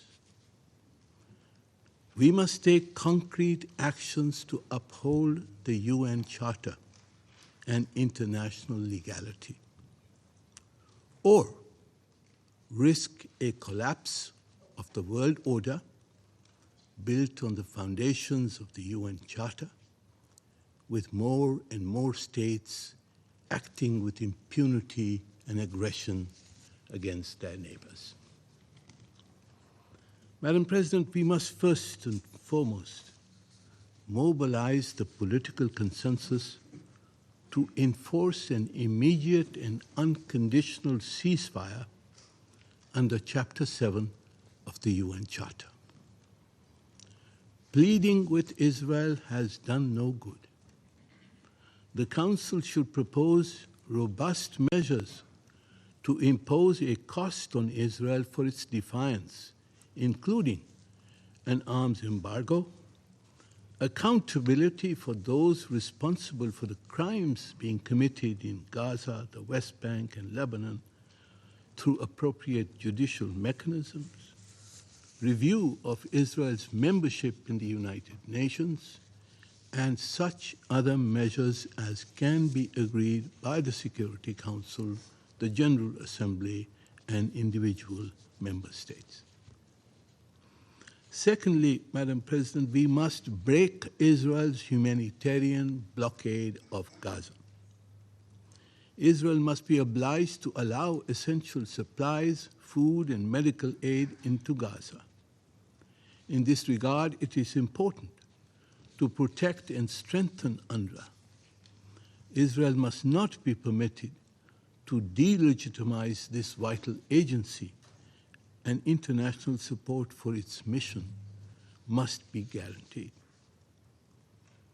And third, Madam President, we must initiate a political process for durable peace, especially through the implementation of UNGA Resolution ES 10/24, including the immediate, complete, and unconditional withdrawal of all Israeli military forces from the occupied Palestinian territory, an end to Israel's unlawful policies and practices, the dismantling of illegal settlements, reparations for damages, compliance with ICJ's orders, implementation of the right of return of the displaced Palestinians, and assurance that the Palestinian people will be able to exercise their right to self-determination and to establish a sovereign and independent contiguous state in their homeland.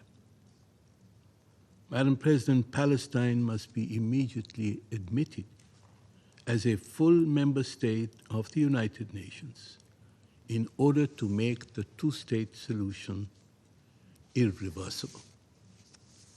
Madam President, Pakistan calls on the Security Council and the international community to act decisively and fulfill their duty to maintain peace and security. The time for half measures has passed. We must act, and act now, to prevent further bloodshed and work towards a lasting solution based on humanity, on justice and security for the Palestinians and for all the states of the region. Thank you, Madam President. I thank the representative of Pakistan for his statement, and I give the floor to the representative of South Africa. Thank you, Madam President. We thank the Swiss Federation for convening this open debate on the situation in the Middle East, including the Palestinian question. And we thank the Special Coordinator for the Middle East process for the briefing this morning. South Africa aligns itself with the statement delivered by the Republic of Uganda on behalf of the non-aligned movement. And we also align ourselves with the statement on behalf of the core group of the shared commitments in support of the United Nations Relief and Works Agency for Palestine refugees in the Near East, UNRWA. Madam President, yesterday, South Africa filed its memorial to the International Court of Justice in its application of the Convention on the Prevention and Punishment of the Crime of Genocide in the Gaza Strip, the South African versus Israel case. The memorial contains evidence which shows how the government of Israel has violated the Genocide Convention and continues to ignore and defy several orders on provisional measures of the ICJ. The evidence will show that undergirding Israel genocidal acts is the special intent to commit genocide, a failure by Israel to prevent incitement to genocide and genocide itself, as well as its failure to punish those inciting and committing acts of genocide. The evidence is detailed in over 750 pages of text, supported by exhibits and annexes of over 4,000 pages. While the memorial is comprehensive, nothing can fully capture the actual devastation of Palestinians living in Gaza as a result of actions of the State of Israel. South Africa's memorial is once again a reminder to the global community to remember the people of Palestine, to stand in solidarity with them, and to stop the catastrophe which has been possible only because Israel has failed to comply with its international obligations despite the orders of the ICJ and actions and interventions of numerous UN bodies. President, last week we commemorated the signing of the Charter of the United Nations 79 years ago. The UN was created to save succeeding generations from the scourge of war.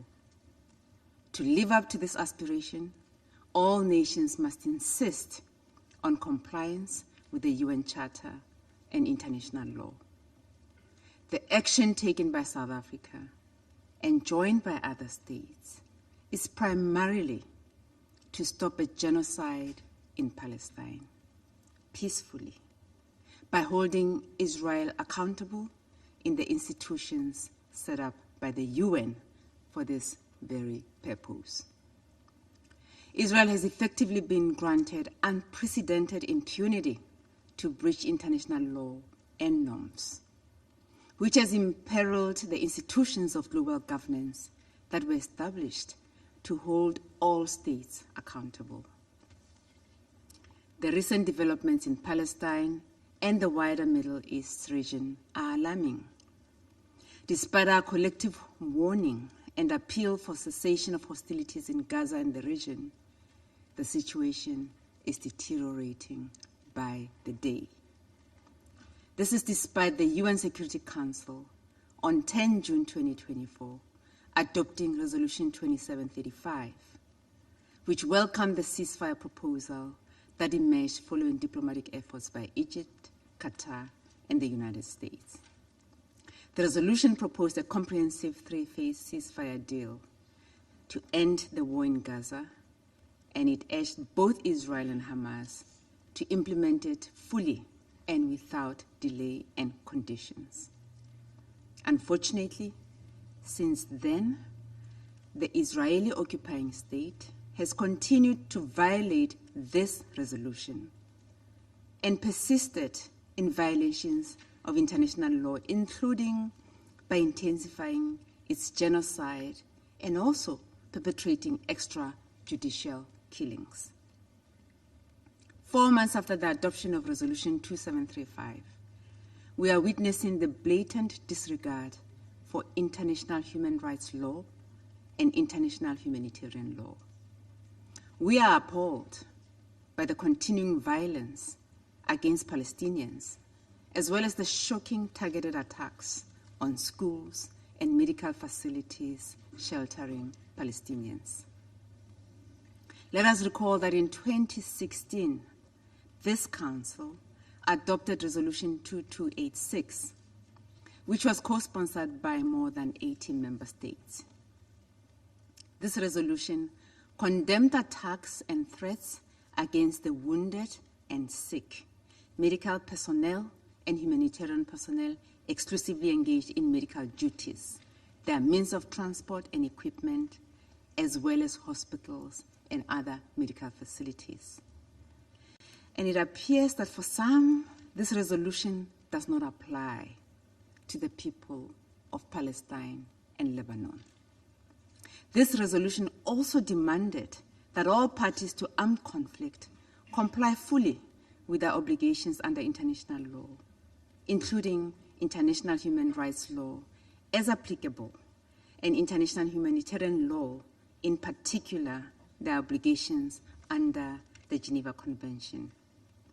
And it is clear that for some, that provision applies to all except the state of Israel. We want to repeat it again.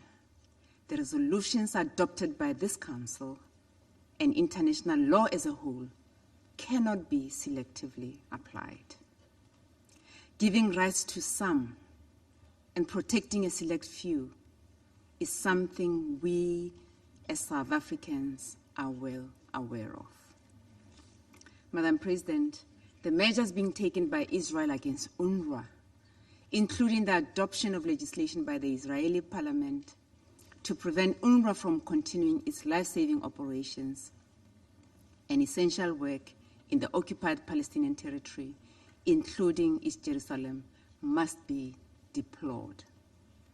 Israel's banning of UNRWA is an additional violation of international law and contravenes the provisional measures mandated by the ICJ, which require immediate and effective steps to ensure the provision of essential services and humanitarian aid to alleviate the severe living conditions of Palestinians in the Gaza Strip.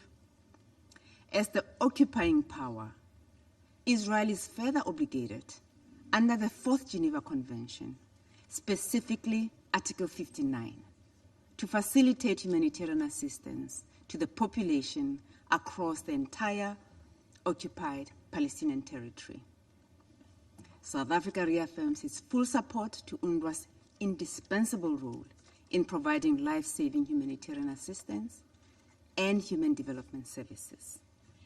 The agency is the backbone of humanitarian operations in Gaza, and it has championed human development for Palestinian refugees in the occupied Palestinian territory, Jordan, Lebanon, and the Syrian Arab Republic. It is therefore important for the countries to reaffirm their political and financial support for the vital work of the agency. To curtail its operation is to condemn the Palestinians to even more death and suffering. Operationally, the entire humanitarian response in Gaza, which rests on UNRWA's infrastructure, will disintegrate. And again, we want to be clear, UNRWA is a UN agency. It is our agency. It represents the UN. If the international community accepts that the ban of a UN agency, this will set a terrible precedent, leading to similar fate for other similar agencies elsewhere in the world. This will spur disaster for the multilateral system of goodwill and all the millions whose safety and well-being are dependent on such agencies. We reiterate our call to the international community to maintain their solidarity with UNRWA and provide the necessary financial and political support to the agency. Such solidarity is reflected in the Statement of Shared Commitments on UNRWA, an initiative spearheaded by Kuwait, Jordan, and Slovenia, and signed by 123 member states, including South Africa. President, the situation in Gaza has now extended to Lebanon and beyond. The brewing tensions between Israel and Iran is of great concern. All sides must exercise restraint and work towards peace because the region is now on the verge of an all-out catastrophic regional conflict. South Africa has continually stressed that irrespective of whether states believe that their use of force is lawful, it is never wise to resort to war, as inevitably it is ordinary people who suffer the most as a consequence of war. I thank you. I thank the representative of South Africa for her statement. I now give the floor to the representative of Tunisia. شكرا السيدة الرئيسة. أهنئ سويسرا على رئاستها الناجحة للمجلس لهذا الشهر وأشكرها على leadership of the Council this month, and I thank Switzerland for holding this important meeting today. I thank Mr. Winsland for his briefing. Once again, I reaffirm Tunisia's support to and appreciation of the Secretary General's efforts towards a ceasefire in Gaza and Lebanon and to ensure de-escalation in the Middle East. Madam President, as we stress the importance of ongoing UN and international efforts to put an end to the genocidal war and unprecedented acts of aggression by the occupation forces against the Palestinian people for over a year, we cannot but ask the following question. Following a number of General Assembly and Security Council meetings held, and following the resolutions adopted which are yet to be implemented, what else? The killing, destruction, starvation, blockade, and the horrific humanitarian tragedy in Gaza have exceeded all expectations. The occupation forces continue to defy international will and continue to act in complete disregard of international law and the international humanitarian law and all resolutions of international legitimacy, including Security Council resolutions. They expanded their aggression and military operations against Lebanon, Syria, and Iran, putting the region before the worst of all options, seriously threatening international peace and security. At the same time, to deepen the suffering of millions of refugees and displaced persons, the occupation authorities adopted a decision banning the UNRWA from carrying out its mandate in a blatant violation of all humanitarian and international instruments. This measure is something we strongly condemn. It is unacceptable for the international community to remain silent vis-à-vis these acts of aggression and crimes. It is unacceptable for the international community to stand idly by while the suffering of Palestinians in Gaza and other occupied Palestinian lands continue, while the repeated displacement and systemic killing, while the prevention of the delivery of humanitarian assistance and targeting of medical and relief staff continue. Since the beginning of the aggression, we called upon the international community and the Security Council to shoulder their responsibility and impose a ceasefire and implementation of UN resolutions while holding the occupation authorities accountable for their crimes and practices. However, nothing happened, which emboldened these authorities to continue to act in utter disregard of international law and continue their operations, which have killed and injured more than 150,000 people so far, mostly women and children, and displaced more than 2 million Palestinians. In addition, they destroyed all infrastructure and ignited a regional war. They continue with their crimes, settler crimes, and crimes of occupation authorities in the West Bank. In this vein, we repeat our question: what else should happen? What other crimes and violations that the occupying authority has yet to commit for the international community to take a firm stance away from all political calculations and double standards, to put an end to all the acts of aggression by the occupation and to end the suffering of the Palestinian people and the current escalation in the region, to enforce the principles of right, justice, human rights, international law, and the purposes of the UN Charter, and hold the occupation authorities accountable for their crimes. Madam President, we stress that we stand in full solidarity with brotherly Lebanon in fighting the violent attacks by the occupation army on its land and in defending its national security and sovereignty. We also condemn the attacks on the UNIFIL. We stand in solidarity with the sisterly Syrian Arab Republic in the face of the repeated attacks by the Israeli occupation on Syrian land and the violation of its sovereignty.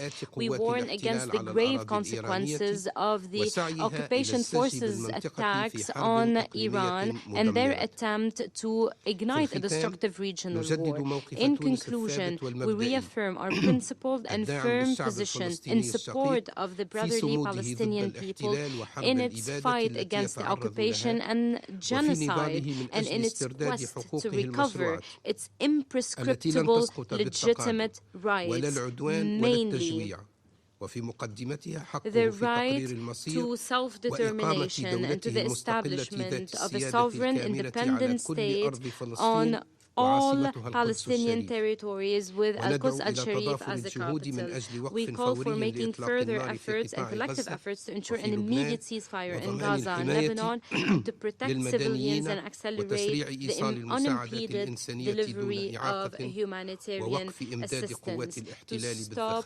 providing ammunition and arms to the occupation authorities. Thank you, Madam President. Thank the representative of Tunisia for their statement. I now give the floor to His Excellency Mr. Stavros Lambrinidis, head of the delegation of the European Union to the United Nations. Thank you, Madam President. I have the honor to speak on behalf of the European Union and its member states. The candidate countries North Macedonia, Montenegro, Albania, the Republic of Moldova, Bosnia and Herzegovina, as well as Andorra and San Marino, align themselves with this statement. The European Union is deeply alarmed, Madam President, by the dramatic military escalation in the Middle East and the risk this represents for the entire region. We call again on all parties to exercise the utmost restraint, put an end to all hostilities immediately, and fully abide by international law, including international humanitarian law. We are fully committed to working towards de-escalation and support all efforts in this direction, as well as to scaling up our significant humanitarian assistance. We urge the international community to increase its humanitarian aid as well, given the massive needs. The EU reiterates its call for an immediate ceasefire in Gaza, the unconditional release of all hostages, the urgent improvement of access and sustained distribution of humanitarian assistance at scale throughout Gaza, and an enduring end to hostilities in line with UN Security Council Resolution 2735. To this end, we support the mediation efforts of Egypt, Qatar, and the United States.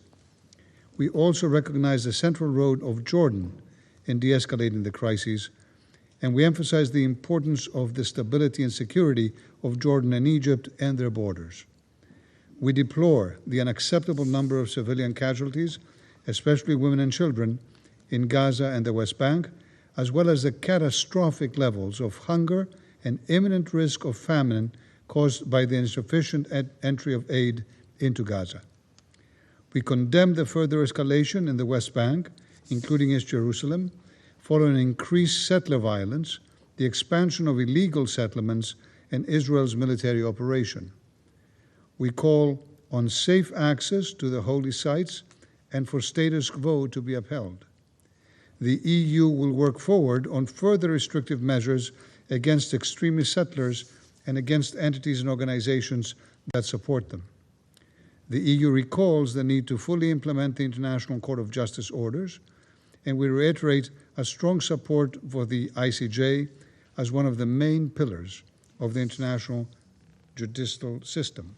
President, the EU reiterates its unwavering commitment to a just, comprehensive, and lasting peace based on the two-state solution, and its support to the Palestinian Authority to help address its most pressing needs and support its reform agenda. The EU will actively support and engage with international partners on concrete, irreversible steps towards the two-state solution, reviving a political process to this end, including through the holding of an international peace conference as soon as possible. We reaffirm our commitment to implement UN Security Council Resolution 2334 and stress that a credible pathway to Palestinian statehood is a crucial component of that political process. In light of the recent Knesset decisions, the EU condemns any attempt to abrogate the 1967 agreement between Israel and UNRWA, or to otherwise attempt to obstruct its capacity to operate its mandate. We stress the essential role of the UN and its agencies, notably UNRWA, which provide crucial support to the civilian population, both in Gaza and the wider region. Continued implementation of the UNRWA Action Plan is key. The EU condemns once again, in the strongest possible terms, Hamas's brutal terrorist attacks on Israel on 7 October 2023, and stands with the families of the victims and the hostages taken by Hamas. We condemned in the strongest terms the Iranian attacks on Israel on 1 October 24 and Iran's seriously destabilizing actions throughout the Middle East through terrorist and armed groups, including the Houthis, Hezbollah, and Hamas, which constitute a serious threat to regional stability. The EU reiterates Israel's right to defend itself in line with its obligations under international law, including international humanitarian and human rights law, in all circumstances, and the European Union's commitment to Israel's security and to regional stability. We also stress again that international humanitarian law must be respected by all parties, and the dangerous cycle of attacks and retaliations must end. Now, Madam President, we are gravely concerned by the military escalation in Lebanon and deplore the unacceptable number of civilian casualties, the forced displacement caused by escalating violence, and the persistent use of military force. We recall the need to ensure that civilians are protected at all times, that civilian infrastructure is not targeted, and that international law is respected. Rocket attacks by Hezbollah must stop. Lebanon's sovereignty and territorial integrity must be respected. We reinstate a strong support for the state institution of Lebanon, including the Lebanese armed forces. The EU calls on all partners of Lebanon to contribute to strengthening the Lebanese armed forces and reaffirms the Union's readiness to facilitate international coordination of such efforts as appropriate. We call on an immediate ceasefire across the Blue Line and for full and systematic and symmetrical implementation of UN Security Council Resolution 1701. We call on all partners to respond to the growing humanitarian crisis in Lebanon and continue to provide support to the people affected, including refugees, internally displaced people, and host communities. The EU welcomes the mobilization of the international community at the International Conference in Support to the People and Sovereignty of Lebanon, held in Paris on 24th October 2024. We condemn the attacks against the United Nations interim force in Lebanon, UNIFIL, which left several peacekeepers wounded. Such attacks constitute a grave violation of international law, are totally unacceptable, and must stop immediately. The EU recalls that all actors have an obligation to take necessary measures to ensure the safety and security of UN personnel and property, and to respect the inviolability of UN premises at all times. We support the fundamental stabilization role of UNIFIL in southern Lebanon and call on all parties to protect and support UNIFIL's important mission. The EU urges all parties to fully uphold their obligations to guarantee the safety and security of UNIFIL personnel at all times and to allow UNIFIL to continue to implement its mandate. Let me reiterate, Madam President, the European Union's full support to the UN Secretary General, stressing that nowhere should the UN Secretary General be declared persona non grata. The EU reaffirms its unwavering commitment to the rules-based international order with the United Nations and the Charter at its core. And in closing, allow me to turn quickly to the situation in Syria. The fundamental political rationale of our position on Syria has not changed. We strongly call on the regime to engage in the implementation of UNHCR 2254 and under the auspices of UN Special Envoy Pedersen. In this regard, we deplore the obstruction to the political process by the regime, together with its allies Russia and Iran, and the regime's continued attacks, including in densely populated areas in several parts of Syria. The EU stands firmly as the main humanitarian donor and reiterates its continued support to the Syrian people, as we have so far done, including through the organization of the annual Brussels Conference on supporting the future of Syria and the region. The full EU statement is available online. Thank you, Madam President. I thank His Excellency Mr. Lambrinidis for his statement, and I give the floor to the representative of the Islamic Republic of Iran. Thank you. In the name of God, the compassionate and merciful, Madam President, Gaza endures a relentless campaign of devastation and suffering over the past year. Israel's aggressive and genocide acts have inflicted unprecedented damage on civilians in Gaza. The northern Gaza Strip is now under a brutal siege, and Israeli military operations have turned densely populated area like Jabalia into active conflict zone, trapping civilians with no access to food, water, or medical care. This prolonged siege have forced civilians into impossible choice: flee under fire or risk death in place, while humanitarian aid remains blocked in clear defiance of international humanitarian law. Civilians, including countless children and families, are being systematically deprived of essential services, facing starvation, lack of medical aid, and a constant threat of displacement. Israeli apartheid regime continue to use starvation as a weapon. For over 2 weeks, all humanitarian aid to Gaza has been halted. The blockade has suspended efforts to deliver essential vaccination and other life-saving services indefinitely. These actions are more than a denial of aid. They are a direct attack on the dignity and rights of Palestinians, an attempt to undermine their fundamental right to life. Gaza must remain whole, and its people must not be forced into displacement or subjected to this calculated oppression. We strongly condemn the recent Israeli legislation to target UNRWA, seek to block it from delivering critical support.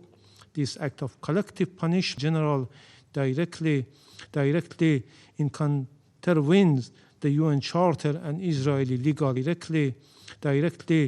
contravenes the UN Charter and Israeli legal obligation.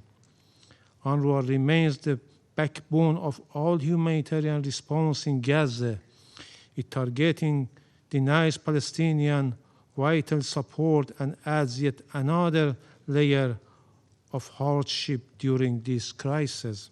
Madam President, the Israeli unchecked impunity for widespread and systematic atrocities in Gaza Strip, along with the unconditional political, military, and economic support it received from certain Western backers, including EU, and primarily the United States, has only emboldened its aggressive expansionist policies across the region. This reckless agenda has now extended to conflict to Lebanon, posing a grave threat to both regional and international peace and security. Israel has disregarded the provisional measures of the ICJ to stop its wrongful act. It continues its atrocities in Gaza and Lebanon, actions that clearly constitute war crimes, crimes against humanity, and even genocide. Just 3 days ago, this regime committed yet another crime, an act of aggression against the sovereignty and territorial integrity of the Islamic Republic of Iran in flagrant violation of international law and the UN Charter. Madam President, the apartheid and occupying regime of Israel is a real threat to international peace and security. The Security Council stands at a crucial juncture. Either act decisively to stop the Israeli war mission and prevent further genocide, war, and aggression, or tacitly permit these atrocities to continue unchecked. I thank you.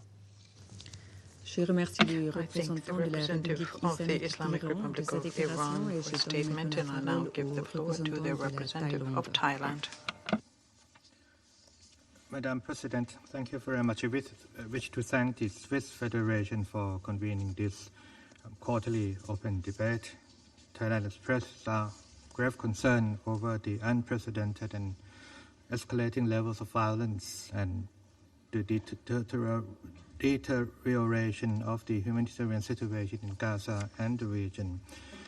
We repeat our call for the immediate full and complete ceasefire. We appeal to all sides to comply with their obligations under international law, including the UN Charter, international humanitarian law, as well as relevant UNSC resolutions.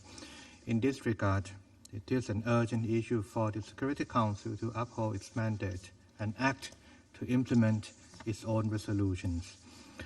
Thailand opposes all forms of violence and attacks against civilians, regardless of their nationalities.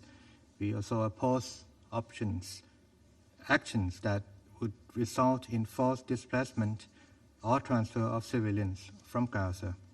Protection of civilians must be a priority at all times. This includes the protection of UN staff and the UN premises. We also reiterate our plea for the immediate and unconditional release of all remaining hostages, including Thai nationals, as well as their proper treatment and care pending their release. Madam President, as hostilities continue intensively, Thailand calls for the continued provision of the needed humanitarian assistance to all civilians. We emphasize the need to ensure uninterrupted humanitarian access, the protection of humanitarian personnel and their freedom of movement, and the unimpeded provision of urgently needed basic humanitarian services in Gaza. In this regard, UNRWA's role is indispensable and irreplaceable. It is the backbone of aid response to generations of Palestinians in Gaza and the wider region. It is a pillar of regional stability. Thailand commends the agency's unwavering dedication to fulfill its mandate with the principles of neutrality, impartiality, and independence. We echo the Member States' concern of the serious humanitarian, political, and security risks that would result from any interruption of suspension of its irreplaceable work. Madam President, at a time of heightened tension, Thailand is alarmed of threats and dangers posed toward UN personnel, including peacekeepers, as well as its premises. As long-standing troops and police contributing countries, we urge all parties to ensure the safety and security of UN personnel and to respect the inviolability of UN premises at all times. Thailand adheres to the fundamental principle of the UN Charter and emphasizes a vital role of the Secretary General in advancing the purposes of the UN in pursuit of international peace and security, including the lasting peace in the Middle East. We continue to call on all parties for the escalation in this volatile situation. Thailand reaffirms our support for genuine dialogue to find a mutually agreed, peaceful solution to the issue, in accordance with the two-state solution, by which the states of Israel and Palestine live side by side in peace and security, within secure and recognized borders, and inconsistent with relevant Security Council resolutions. Thank you, Madam President. I thank the representative of Thailand for his statement, and I now give the floor to the representative of Spain. Thank you, Madam President. It's been more than a year now since the brutal terrorist attacks of Hamas against Israel, and Spain renews its support to the families of the victims and the hostages kidnapped by Hamas. Regional violence, particularly since the beginning of the land offensive of Israel in Lebanon and the back-and-forth attacks between Iran and Israel, have changed the situation in the region. We are extremely concerned at the dramatic military escalation and by the risk that this represents for the whole region. We urge all of the parties to act with maximum constraint and put an end to hostilities immediately. The suffering of the civilian population in Gaza, which has exceeded 43,000 victims killed, and the long captivity of the hostages is unbearable. The recent attacks on hospitals and schools throughout the Gaza Strip show that there is no secure place for civilians in Gaza. Spain robustly condemns these unjustified acts of deliberate violence, and we demand immediate compliance with the provisional measures issued by the ICJ. A permanent ceasefire continues to be the key for a de-escalation in the region, and the only way to alleviate the suffering of the civilian population in Gaza, with the rapid, massive and uninterrupted entry of humanitarian aid and the release of the hostages, and in accordance with Resolution 2735 of this Council. That's why we continue to support the mediating efforts of Qatar, Egypt and the US. In the context of the humanitarian crisis, the United Nations, particularly UNRWA, plays a vital role for the refugees in Gaza and the entire region. That's why we condemn the approval of legislation preventing UNRWA from operating in the occupied Palestinian territories, and we lament the death of 231 UNRWA workers. As President of the Consultative Committee on UNRWA, Spain is actively working to raise the profile of the organization and to help UNRWA prepare for the phase of stabilization and reconstruction in Gaza. el derecho internacional y el derecho internacional humanitario deben ser la guía para la actuación de la comunidad internacional. El día después del fin de las hostilidades será fundamental para avanzar hacia la estabilización y la reconstrucción. Para ello necesitamos que Gaza y Cisjordania pasen a estar controladas por un gobierno unificado tanto en Gaza como en Cisjordania por la autoridad palestina, que es nuestro socio para la paz y necesitará de todo el apoyo de la comunidad internacional. Por eso es necesario que ese apoyo se dirija al ambicioso programa de reformas que ha empezado a aplicar el primer ministro Mustafa. Sin embargo, no será suficiente si la autoridad palestina no tiene el acceso a sus propios recursos que Israel debe liberar. Para afrontar los retos venideros tanto de la autoridad palestina como el pueblo palestino necesitan una perspectiva política que ofrezca un horizonte de futuro y dignidad. El reconocimiento del Estado palestino es un factor clave en la solución política, un primer paso de la materialización de la solución de los dos Estados, que es la única vía hacia la paz en la región.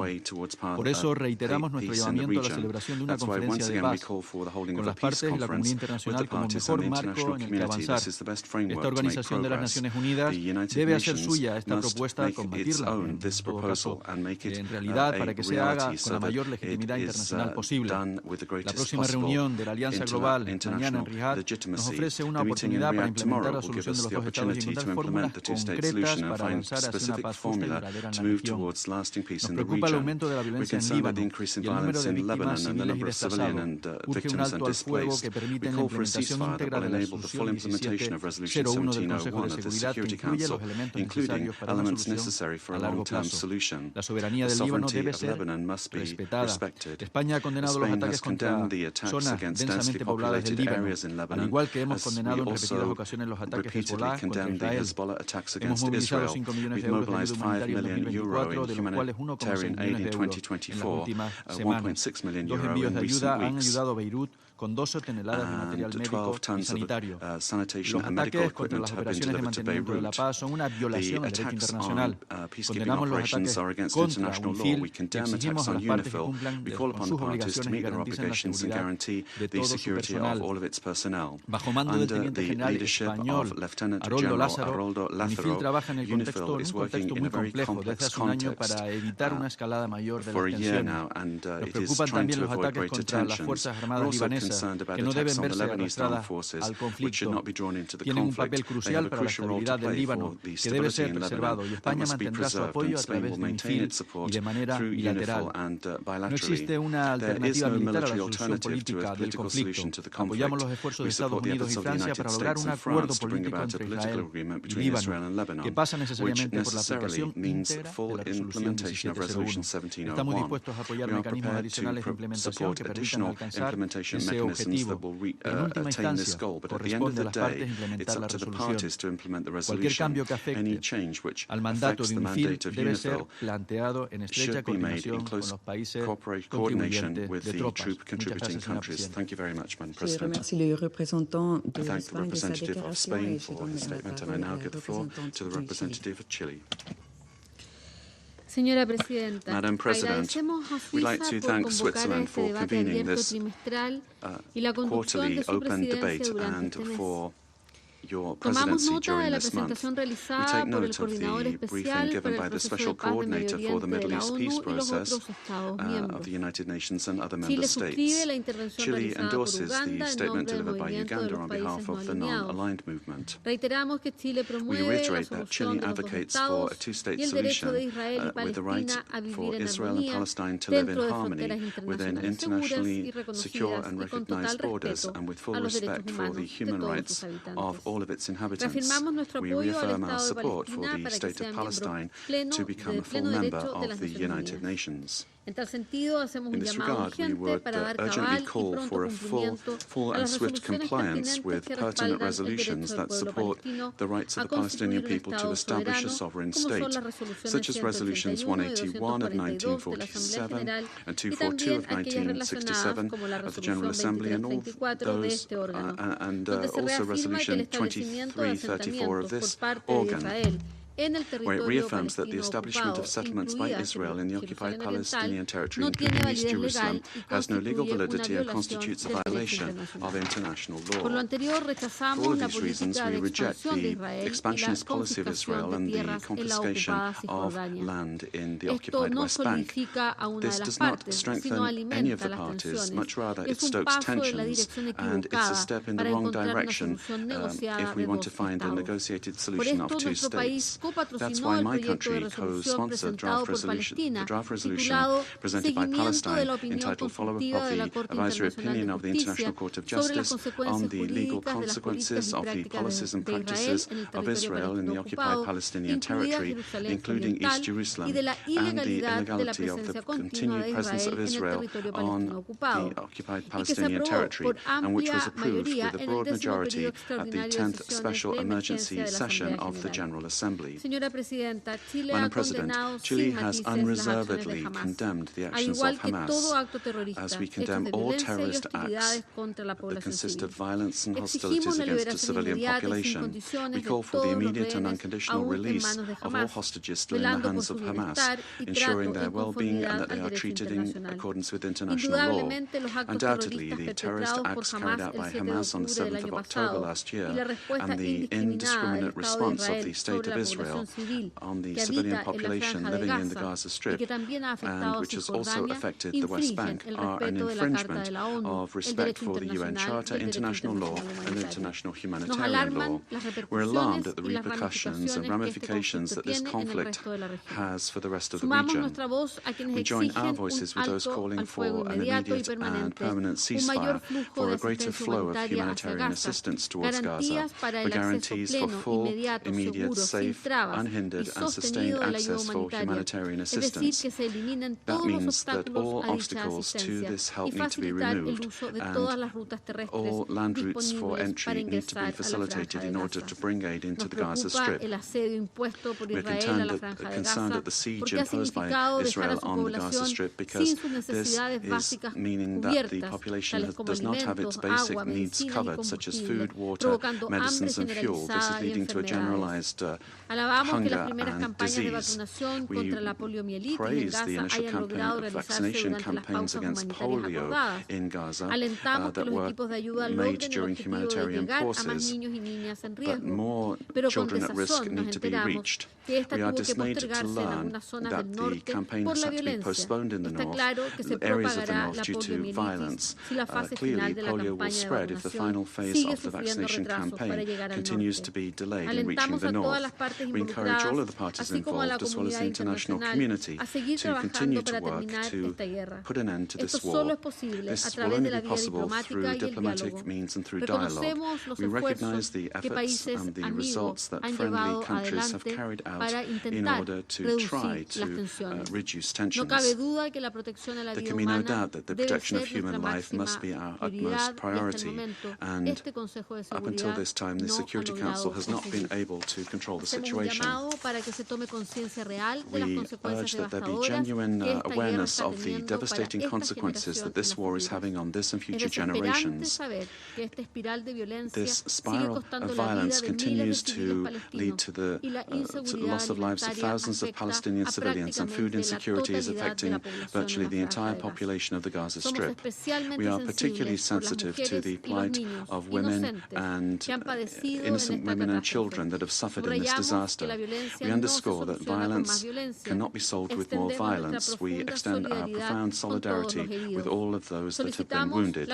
We call for the full implementation of the 4 resolutions approved by this organ, 2712 and 2720, adopted last year, and 2728 and 2735 of this year. We would recall that all resolutions of this organ are binding and must be complied with and respected. We stress the press statement that this organ issued on the 10th of May with regard to mass graves in Gaza. We recall Resolution 2730 of the Security Council, adopted on the 24th of May this year, which requires all of the parties to a conflict to meet their obligations under international law, and calls upon all states to immediately carry out exhaustive and impartial investigations with regard to violations perpetrated against humanitarian staff and the United Nations. We reiterate our full support to the dedicated and valuable work that the United Nations is doing and its agencies, and in particular UNRWA, on the ground. We very much regret the death of its staff in this war and also of humanitarian staff from other agencies. In this regard, we condemn all attacks against UNRWA workers and premises that are providing schools and shelters. We recognize the essential function of UNRWA for millions of Palestinian refugees, and they need to have sufficient resources to carry out their activities. In this regard, we share the concern expressed by Commissioner General Lazzarini in his letter yesterday, and that was distributed to member states, alerting us to a law approved by the Israeli Parliament which restricts the activities of the agency to provide humanitarian assistance and other services for Palestinian refugees in the occupied Palestinian territories by Israel in East Jerusalem, Gaza and the West Bank. As indicated in that letter, my country, Chile, is especially worried about the humanitarian consequences that could result from its implementation, leaving millions of Palestinian refugees in even worse trouble. We condemn this decision and stress the fact that UNRWA has a mandate granted by the General Assembly of this organization, so this legislation is a serious precedent for the international system. Madam President, once again, we would echo the call of the Secretary General himself and the respective heads of various UN agencies for tensions to be reduced. In this conflict, the work of the Secretary General has been essential, and that is why we would like to thank the more than 115 states that joined us in a letter of support for him when Israel declared him persona non grata. We encourage the efforts of the humanitarian and reconstruction coordinator in Gaza, Madam Sigrid Kaag, in her work. We underscore that the provisional measures adopted by the International Court of Justice must be complied with by all parties. On the Thursday, the 12th of September, Chile filed before the International Court of Justice a declaration of intervention as part of the memorial filed by South Africa against Israel with regard to the application of the Convention for the Prevention and Punishment of the Crime of Genocide in the Gaza Strip. This declaration was presented in accordance with the provisions of Article 63 of the Statute of the Court, which establishes the right of any state to intervene with regard to the interpretation of a convention to which it is also a party. We would recall that Chile presented, together with Mexico, a letter of referral to the International Court of Justice with regard to the situation in Palestine, with the aim of strengthening the investigation into the presumed war crimes and crimes against humanity that have occurred in Gaza, the West Bank, East Jerusalem and Israel, unlawful acts covered by the Rome Statute. Bearing in mind that an investigation is currently underway by the Office of the Prosecutor with regard to the situation in Palestine, the goal of Chile's referral is to support the prosecutor in his investigation. For Chile, clarification of facts and responsibilities as well as accountability are essential to ensure that these situations are not repeated. Madam President, every 3 months we participate in this meeting, and we do regret that the situation is getting dramatically worse. There is no sustainable future if we don't address and solve situations that are so serious as what we are seeing currently in the Gaza Strip. It's fundamental primarily for the lives of people living in that area, but it's also important for the United Nations as an organization that was created to guarantee peace and security. We must commit to a world where the agreements that we have reached are honored. Trust in the multilateral system depends on whether the armed conflicts that we face today are met with an effective and robust response on the part of this organ. Thank you very much. Thank the representative of Chile for her statement, and I now give the floor to the representative of Iraq. Thank you, Madam President. I would like to thank the delegation of Switzerland for its effort in presiding over the Council. We welcome the participation of His Excellency Foreign Minister of the Swiss Confederation, and we thank Mr. Winsland for his briefing. We value the positions of the Secretary General and his efforts to end the war against the Palestinian people, to end their suffering, and to deliver humanitarian assistance. We also highly value the efforts and diplomatic engagement by various states to achieve this goal. Madam President, the war in Gaza and the West Bank is entering its second year. Meanwhile, the Security Council for a year has failed to end the crimes and grave violations committed by the occupation forces of the Israeli entity against the Palestinian people. This has emboldened the occupying power to continue implementing their military operations and massacres using all types of heavy and prohibited weapons. It also led to an increase in the number of victims, to a large-scale destruction of the infrastructure, residential areas, service and educational institutions. It led to blockade, starvation, and forced displacement. This has aggravated the plight of the Palestinian people and exacerbated the humanitarian situation in an unprecedented manner, in utter disregard for international instruments and humanitarian calls, without any form of deterrence. The ongoing escalation by the Israeli occupation forces, the ongoing war in occupied Palestine, and its grave consequences have expanded the scope of the conflict to include other states such as Syria, Lebanon, and Iran. It also increased instability in the Middle East and now represents a serious threat to regional and international peace, security, and stability.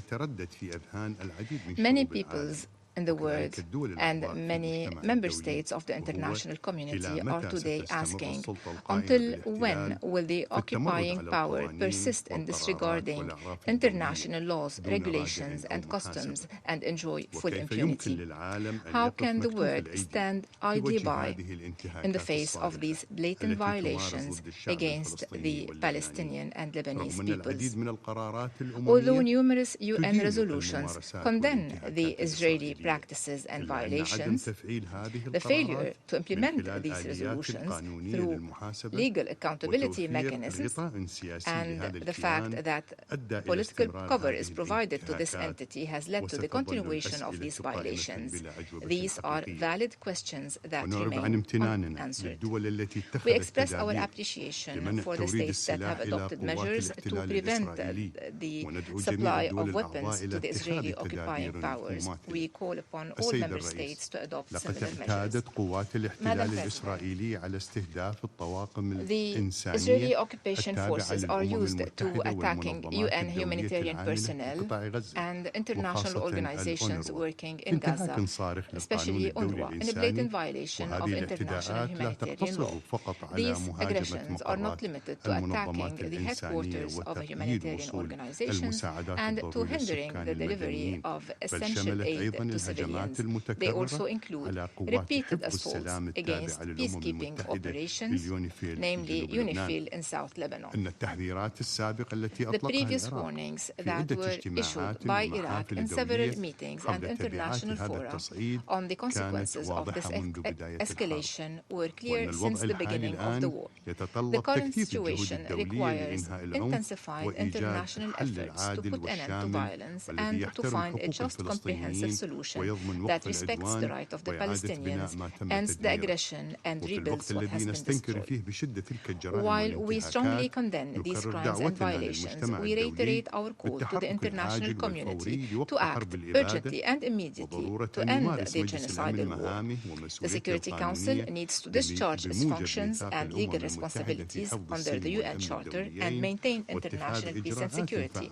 The Council needs to adopt effective measures to end the military operations by adopting explicit resolutions condemning this aggression, ending the plight of the Palestinian people, addressing this serious situation and guaranteeing the delivery of humanitarian assistance to the Palestinian people, protecting the civilians and establishing effective mechanisms to hold the occupation forces accountable for their violations and end their aggression. In conclusion, Madam President, maintaining peace, security and stability in the Middle East will only happen by putting an end to the Israeli aggression, ending the occupation and securing justice and dignity for the Palestinian people. Iraq, through its communication and regional and international engagement, is supporting the serious international efforts to reach a ceasefire in the Gaza Strip. This is the way to restore stability in the region, to end the current tensions, and to find sustainable solutions to the Palestinian question, and to achieve sustainable security in the region. Iraq renews its solidarity with the government and people of Lebanon in view of the Israeli aggression. We express our solidarity with the Syrian Arab Republic. Iraq renews its support for the Palestinian people in achieving their aspirations and right to self-determination and to establish their independent state with Al-Quds al-Sharif as its capital. Thank you, President. Je remercie le représentant de l'Irak I thank the representative of Iraq for the statement. I now give the floor to the representative of Peru. Thank you very much, Madam President. More than a year has passed since the terrorist attacks of Hamas against Israeli civilians and other nationalities on the 7th of October of 2023. Peru condemned these attacks immediately and robustly because we are a country that in the past has suffered the violence of terrorism, and therefore we reject it in all its forms and manifestations. Unfortunately, the situation in the Middle East has seriously worsened and continues to escalate. There have been a series of violent acts with worrisome developments. This increase in hostilities on various fronts throughout the Middle East constitutes a threat to international peace and security. Throughout last year, we've taken note with particular concern of the reports that speak to the serious and continuing worsening of the humanitarian situation in the Gaza Strip, where the civilian population is suffering alarming levels of food insecurity and lacks access to essential health services. Moreover, we are particularly concerned that since the 8th of October 2023, more than 200 employees of the United Nations Relief and Works Agency, UNRWA, have been killed due to attacks by the Israeli Defense Forces. The humanitarian work of UNRWA is fundamental in the Middle East. Peru rejects any action which would impede its operations and is looking forward to the report to be provided by the Secretary General on this subject to the General Assembly. Both in the Gaza Strip as well as along the Blue Line, hostilities continue to lead to forced displacement. Peru contributes with staff to the United Nations Interim Force in Lebanon, UNIFIL, and that is why we are shocked by reports of attacks against positions of this peacekeeping operation. Madam President, given this devastating situation, Peru once again reiterates that all parties must comply with their obligations under international law, including international humanitarian law, particularly when it comes to the protection of civilians. This also applies to the right of self-defense and the exercise of that right, where the parameters established in Article 51 of the UN Charter must be strictly adhered to. We need to emphasize that there must be compliance with international humanitarian law in all circumstances, and their application does not depend at all on reciprocity. With regard to the situation in the Gaza Strip, Peru joins in the calls of the Secretary General for a ceasefire, for the immediate and unconditional release of all hostages, and that there be full, rapid, secure and unhindered access for humanitarian assistance for the civilian population. With regard to the situation along the Blue Line, the parties must strictly adhere to Resolution 1701 of the Security Council and abstain from any action which would endanger the members of UNIFIL or prevent it from implementing its mandate. In this regard, we support the decision of the Secretary General and of the UNIFIL command to maintain their positions. Likewise, the sovereignty and territorial integrity of Lebanon must be respected. Madam President, the situation in the Middle East is complex, and a long-term solution requires important political solutions in order to meet the commitments which we have undertaken. The first of these is the solution of two states, which should be implemented in accordance with international law and pertinent resolutions of the United Nations, particularly of the Security Council, given their binding nature. The political horizon is that Palestine and Israel should be two sovereign states coexisting peacefully with internationally recognized borders and full members of this organization. Another important point is that all member states must comply with the decisions of the Security Council and of the International Court of Justice, because both of them are binding in nature. This is the commitment which we undertake when we ratify the United Nations Charter. Finally, Peru would call for all member states to play our part in strengthening multilateralism. And in this area, Peru reiterates its firm support for the work of the Secretary General, Antonio Guterres, and the United Nations system as a whole. Thank you very much, Madam President. I thank the representative of Peru for his statement, and I now give the floor to the representative of Vietnam. Madam President, the recent escalating and unprecedented level of hostilities in the Middle East and the imminent risk of crisis spilling over to the wider region has been astoundingly alarming. Vietnam renews its urgent call for an immediate, enforceable, and lasting ceasefire, not only in Gaza, but throughout the Middle East region, alongside the unconditional release of all hostages. We urge all parties involved to exercise utmost restraint, engage in dialogue, and adhere strictly to international law, the UN Charter, and relevant Security Council and General Assembly resolutions. We reiterate Vietnam's strongest condemnation of all indiscriminate violence targeting civilians and essential civilian infrastructure, and categorically reject any actions that violate the sovereignty and territorial integrity of any state. We call for more effective measures to ensure uninterrupted humanitarian relief for civilian populations in Gaza, Lebanon, and other affected areas in the region. In this connection, we affirm Vietnam's support and appreciation of the indispensable role of UNRWA in safeguarding the rights and providing essential humanitarian assistance to the Palestinians in distress. Vietnam is concerned about the unjustified criticisms and actions that have undermined the Secretary General's efforts to carry out his mandates, especially in mediating peace and promoting dialogue among the parties concerned toward long-term and sustainable solutions. Vietnam remains supportive of all diplomatic efforts aimed at de-escalating tensions and ending hostilities in Gaza and other hotspots in the region, which is crucial for halting civilian casualties and suffering.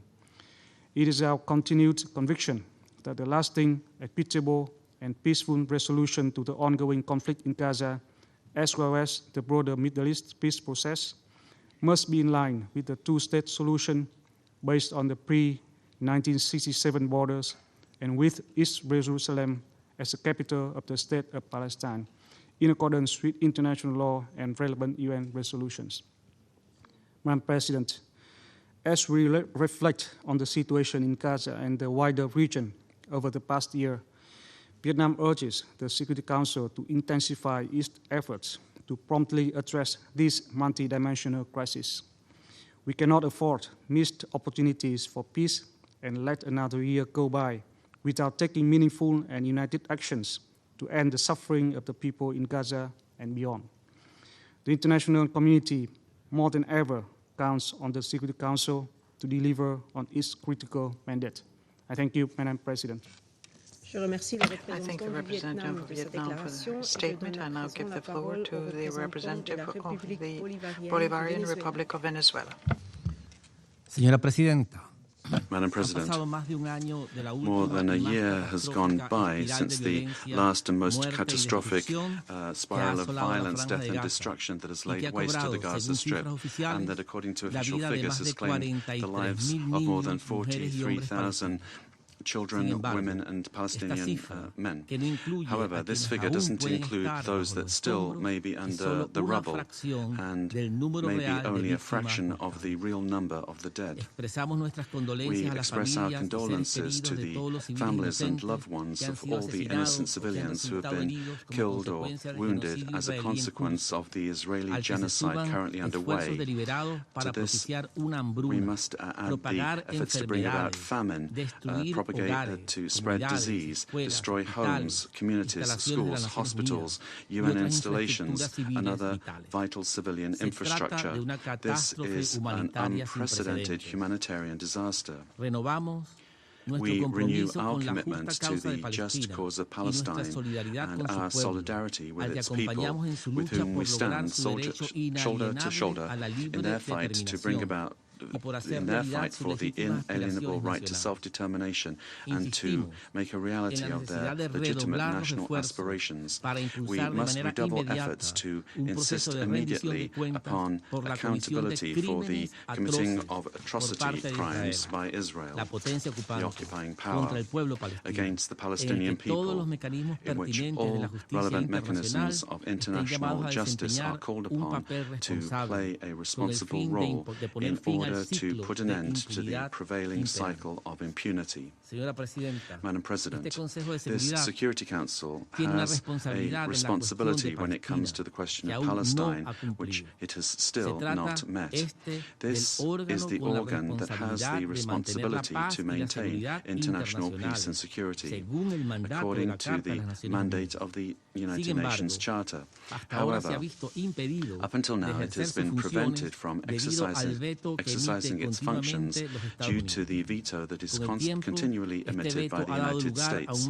Over time, this has led to a framework of impunity that only favors the occupying power, causing great loss and suffering for the Palestinian people, particularly in these dark days in the Gaza Strip. In this context, we condemn the decision by Israel to systematically violate its legally binding obligations, including those deriving from norms of international humanitarian law, as well as resolutions of the Security Council with regard to the question of Palestine, which are legally binding pursuant to Article 25 of the United Nations Charter, as well as orders and provisional measures handed down by the International Court of Justice.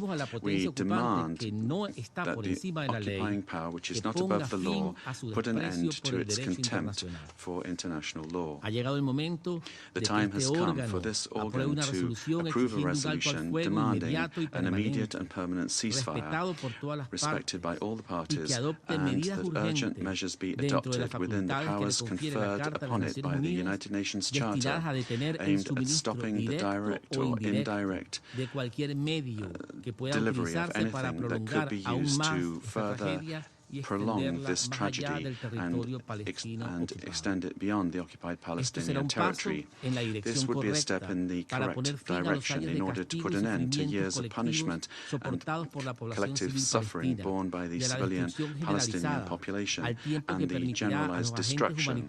It would also allow humanitarian agencies on the ground, including United Nations specialized agencies led by UNRWA, whose indispensable role, work and contributions we recognize and very much value, would allow them to provide support and quick assistance and unhindered assistance to those that desperately need this, including alleviating the acute food insecurity affecting the entire population and the horrible conditions of famine in the north of Gaza, as well as provide medical care, shelter, and other kinds of assistance to the civilian population which so desperately need them.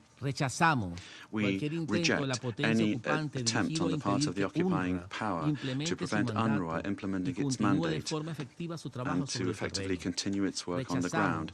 We reject any attempt to evict the agency from its offices in East Jerusalem and occupied East Jerusalem and seize UN property, and also any attempt to strip it of its privileges and immunities. These illegal actions must cease.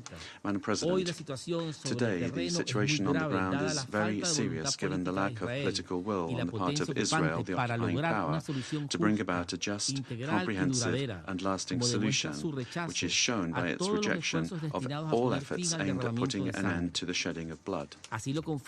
This is confirmed by its latest action, from the threats against more than 470,000 civilians in the north of Gaza, in the framework of an ethnic cleansing policy known as the General Plan, and its attempts to create a conflagration of the entire Middle East region, and its attempts to evict UNRWA, and most recently its efforts to undermine the role of the United Nations, including by declaring its Secretary General persona non grata.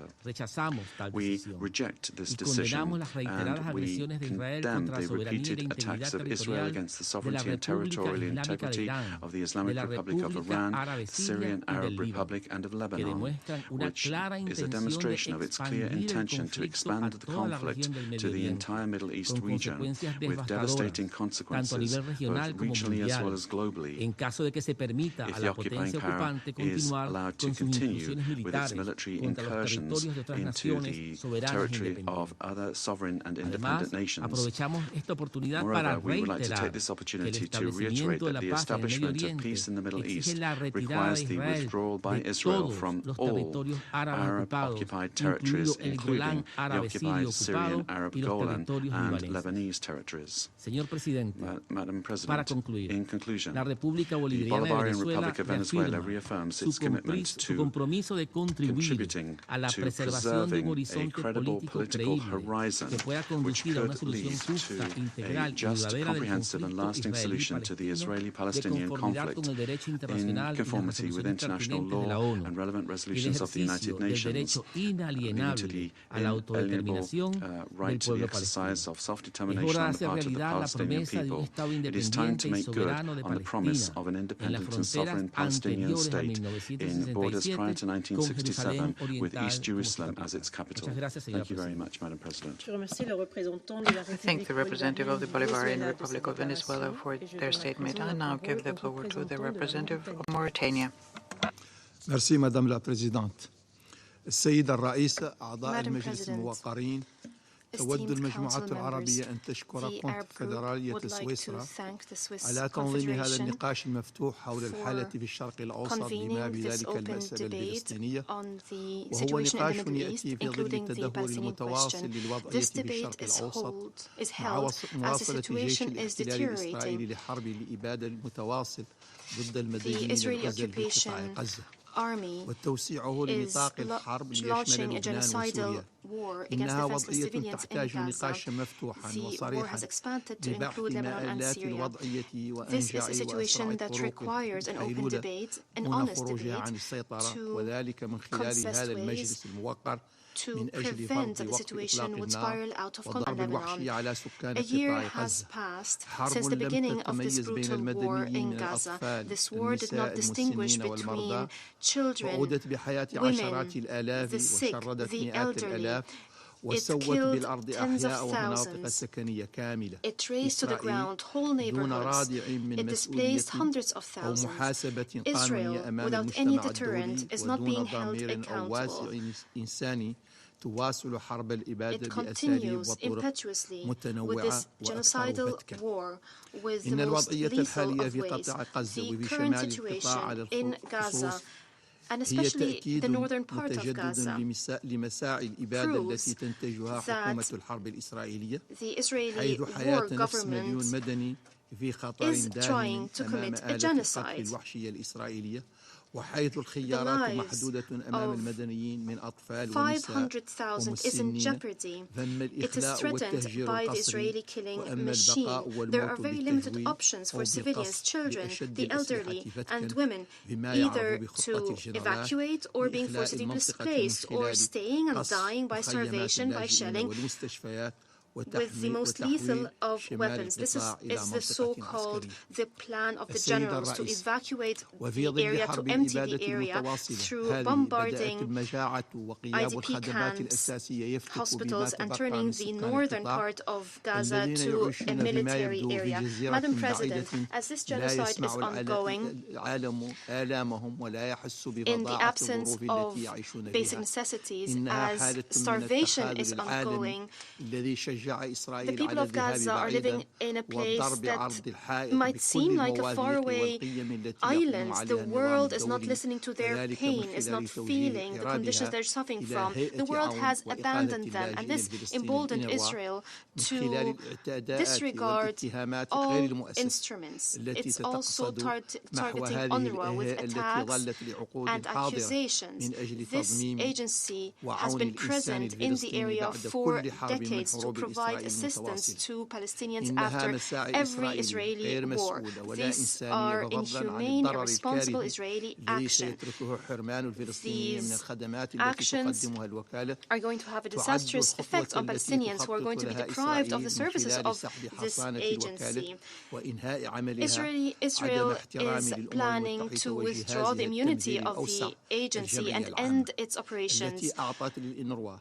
This reflects a disregard to the United Nations and the most deliberative organ of the United Nations, the General Assembly. The General Assembly is the one that gave UNRWA its mandate 7 decades ago, and it's providing it with the necessary resources to continue its work. The Council is requested to stop the genocidal war by agreeing on an immediate ceasefire without any preconditions and ensure the delivery of humanitarian aid. The Council must exercise political pressure to support the agency and to ensure that it stays in the service of Palestinians and to alleviate their suffering. The Arab Group stresses the need to act immediately before it's too late. In this regard, we highly value the efforts made by Egypt and Qatar to reach a ceasefire agreement and to alleviate the suffering of the people in Gaza. Madam President, distinguished Council members, this Council is standing idly by regarding what is transpiring in the Middle East, and this is what is emboldening Israel to continue undermining international peace and security by launching indiscriminate wars in the region and continuing to disregard the resolutions of the GA and the Security Council. The GA is the only one that can end the mandate of the UNRWA. The ICJ stressed very clearly in its advisory opinion on the legal consequences of the practices and policies of Israel in the occupied Palestinian territory that the continued presence of the State of Israel in the occupied Palestinian territory is illegal, and Israel is obliged to end this presence as soon as possible, and all members of the United Nations are obliged not to recognize the legality of the situation emanating from this illegal presence. All member states are required not to provide any assistance to maintain this status that is emanating from the presence of the State of Israel in the occupied Palestinian territories. Madam President, we call upon the Council once again to use its mandate and its responsibility to maintain international peace and security and ensure the implementation of international law in the occupied Palestinian territory. It has to compel Israel to comply with the advisory opinion of the ICJ and ending the illegal occupation, inhumane occupation in Palestine. We call upon all member states of the United Nations, especially Council members, to abide by the advisory opinion of the ICJ and to stop providing Israel with weapons or any assistance that would perpetuate the occupation or would contribute to killing more Palestinian civilians in Gaza, the West Bank, and other countries. We remind those countries that are still providing Israel with arms and ammunition of their legal and moral responsibility for the lives of women, children, and the elderly that are being killed by the Israeli killing machine without any mercy for over a year. The killing, the displacement in the Gaza Strip continues. Now the number of victims amounts to 43,000.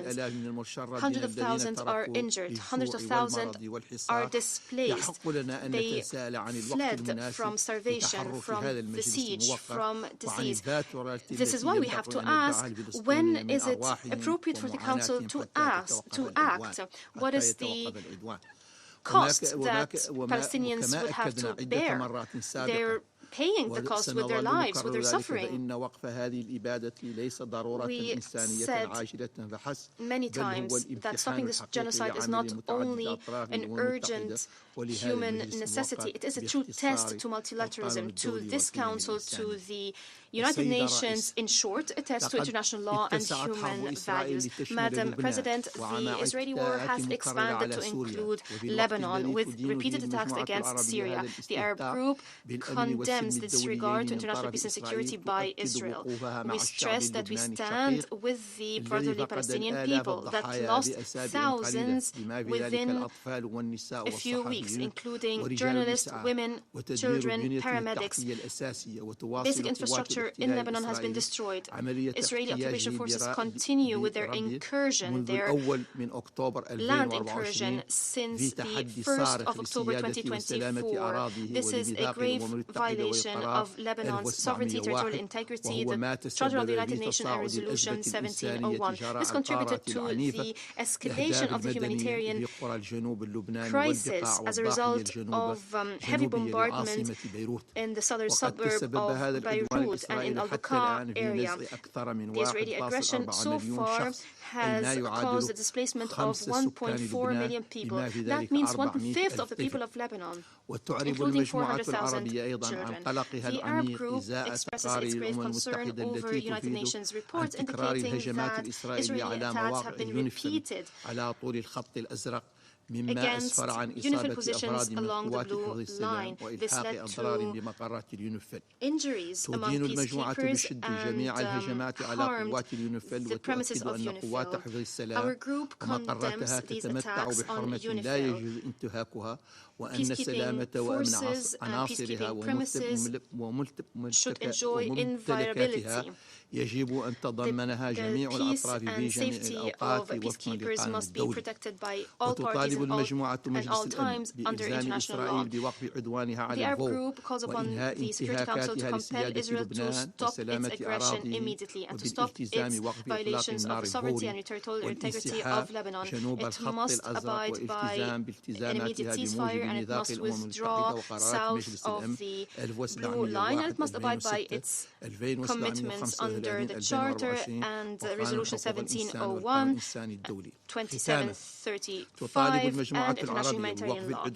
In conclusion, the Arab group calls for the end of the Israeli aggression against Palestine and Lebanon and the halt of repeated Israeli attacks against Syria. Immediate measures must be taken to deter the occupation entity from continuing with this criminal approach based on killing, based on bloodshed, destruction, and chaos. This threatens international peace and security and regional peace and security. It must be held accountable for these crimes. The Arab group stresses the need to implement relevant Security Council resolutions to end the Israeli occupation of Arab territories in Palestine, Syria, and Lebanon. I thank you, Madam President. I thank the representative of Mauritania for their statement. I now give the floor to the representative of Uganda.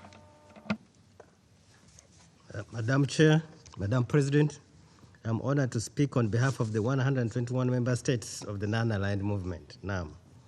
At the onset, I congratulate the Swiss Federation upon the accession to the presidency of the Security Council this month and express appreciation for granting NAM the opportunity to present its position on the question of Palestine. The non-aligned movement NAM affirms its long-standing, common, and principled position on the question of Palestine, which has lasted for over the past 7 decades. NAM reiterates that respect of the UN Charter, international law, and UN resolutions constitute the foundation for a just solution of the Palestine question as a cornerstone for regional and global peace and security in the Middle East. The Security Council has the primary responsibility for the maintenance of international peace and security in accordance with Articles 12 and 24 of the Charter. The Security Council must uphold its mandate to maintain international peace and security and must act to implement its own resolutions. The question of Palestine cannot be the exception to international law and to the authority of this Council. NAM calls on the Security Council to overcome its paralysis on the Palestinian question, to justly resolve this protracted conflict and tragic injustice. This peaceful resolution of the question of Palestine is central for the establishing wider peace and stability in the Middle East, and is an issue of wider concern for the international community as a whole and for global peace and security. Madam President, NAM condemns in the strongest terms all forms of violence, particularly Israel military attacks and Israel collective punishment against Palestinian people in grave breach of international law, including humanitarian and human rights law, including inter alia the killing and injury of tens of thousands of Palestinian civilians, many of whom are women, humanitarian workers, and journalists. Since October 2023, the Gaza Strip has been besieged by the Israeli occupying forces and extremist settlers and settler militias in the West Bank, including East Jerusalem, leading to the wanton destruction of lives and property. NAM demands an immediate and complete cessation of all forms of violent repression and the illegal Israeli policies and practices against Palestinian people and other nations in the region. The non-aligned movement demands an immediate and permanent ceasefire in accordance with the relevant UN Security Council and General Assembly resolutions, including Resolution 2735 of 2024, which also called inter alia for the release of hostages and the exchange of Palestinian prisoners, the return of Palestinian civilians to their homes and neighborhoods in all areas of Gaza, and the safe and effective distribution of humanitarian assistance at scale throughout the Gaza Strip to all Palestinian civilians who need it. Alarmed by the growing number of victims, the majority of them children and women, NAM stresses the urgency of ensuring immediate and unhindered humanitarian access to address their medical and other humanitarian needs, including the grave impact of forced starvation and forced displacement on the civilian population throughout Gaza. NAM members also express their grave concern about the treatment of Palestinian prisoners by Israel, especially child prisoners and detainees, including harrowing reports of violence, torture, solitary confinement, and prolonged administrative detention, inadequate access to proper medical care, education, family visits, and military trials. In this regard, NAM calls for proper international access to Palestinian prisoners and detainees, including children and women. NAM expresses support for the ongoing diplomatic efforts by the Arab Republic of Egypt, the State of Qatar, and the United States to reach an agreement for an immediate and permanent ceasefire. We also make a collective call to immediate steps to be taken to hold the provision or transfer of arms, munitions, and related equipment to Israel and the occupying power in all cases where there are reasonable grounds to suspect that they may be used in the occupied Palestinian territory, including East Jerusalem, in order to ensure an urgent ceasefire, as stipulated in General Assembly Resolution AS 10/24 of 18 September 2024. NAM recalls Security Council Resolution 2334 of 2016, which provides for a viable path to peace, setting forth the essential requirements and parameters for the realization of a just outcome on the basis of a two-state solution based on the June 4, 1967 lines, and ensuring the fulfillment by the Palestinian people of their inalienable rights, including to self-determination and the independence of the state of Palestine with East Jerusalem as its capital, and a just solution for the plight of the Palestinian refugees in accordance with General Assembly Resolution Y94 in bracket 3. Similarly, the member states of the movement continue to call for full respect for and implementation of the provisions of Resolution 2334 of 2016 and all other relevant resolutions regarding the complete cessation of all Israeli settlement activities and the status of the occupied East Jerusalem.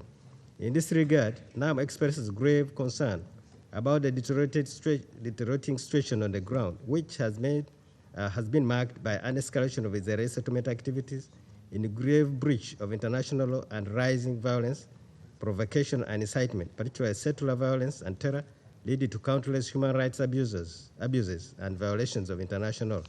Action must be taken immediately to help de-escalate this violent, volatile situation. That must include a halt to all unilateral, unlawful measures by Israel, the occupying power, in the occupied Palestinian territory, including East Jerusalem. Actions that violate the Security Council resolution, including violations of historic and status quo of Jerusalem and its holy sites, are provocative, dangerous, and destroy the prospects for peace. NAM reiterates the call for full respect for historic and legal status quo, for the historical Hashemite custodianship over the Christian and Muslim holy sites in the city, and for the protection of the sanctity of the holy sites, and for all relevant provisions of international law and Security Council resolutions.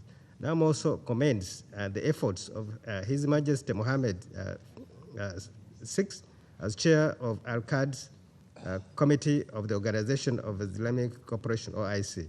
Madam President, NAM condemns the ongoing Israeli aggression against Lebanon for over a year, resulting so far in 2,546 civilian deaths and 12,000 injuries, including children, women, paramedics, and first responders.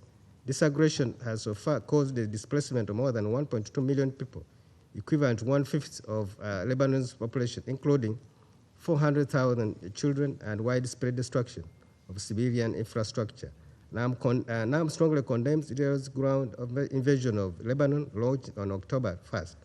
These violations constitute blatant breaches of the UN Charter, international human rights law, and international humanitarian law, and of Lebanon's sovereignty and territorial integrity, as well as violation of Security Council Resolution 1701 of 2006. NAM further expresses deep concern regarding UN reports of Israeli direct attacks on UNIFIL positions along the Blue Line, which have occurred on multiple occasions, resulting in injuries to peacekeepers and damage to UNIFIL installations. NAM strongly condemns all attack on UNIFIL and reiterates that peacekeepers and their premises are inviolable, and that their safety, security, and property must be guaranteed by all parties at all times in accordance with international law.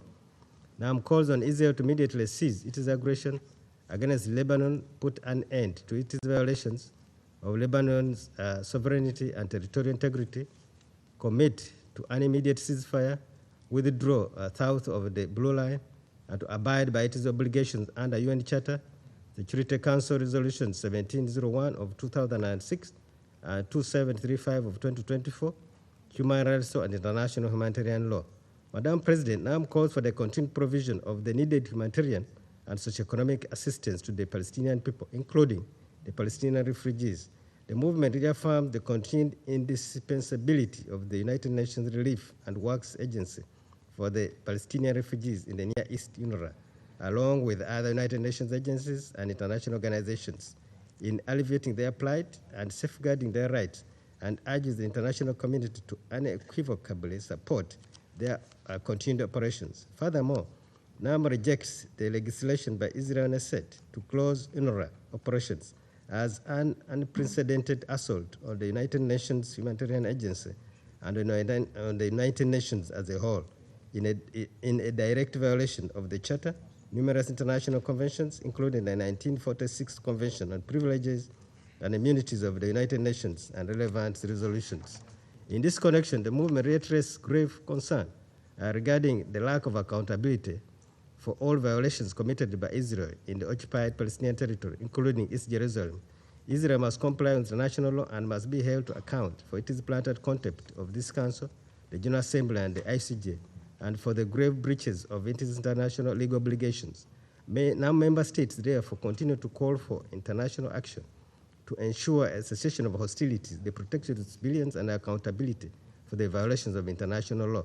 About the situation in occupied Syrian Golan, the movement reaffirms that all measures and actions taken ought to be taken by Israel, the occupying power, such as it is the legal decision of 14 December 1981 that proposed to alter the legal, physical, and demographic status and institutional structure, as well as the Israeli measures to apply its jurisdiction and administration there, are null and void and have no legal effect. In this regard, in line with NAMO's principled position, the movement once again demands that Israel abide the Security Council Resolution 497 of 1981 and fully withdraws from occupied Syrian Golan to its 4th June 1967 borders in implementation of the Security Council Resolution 242 of 1967 and 338 of 1973. Now, member states also emphasize that Israel must withdraw from all Lebanese territories, including Sheba Farms, the Kachuba Hills, and the occupied lands of the outskirts of the town of Al-Mari, which partly includes the urban expansion of the village of Gaja, in accordance with the relevant UN resolutions, particularly the Security Council Resolution 5559 of 2004 and 1701 of 2006. To conclude, Madam President, the movement seizes this opportunity to reiterate its call for collective international efforts to uphold international law to bring an end to this grave and historical injustice.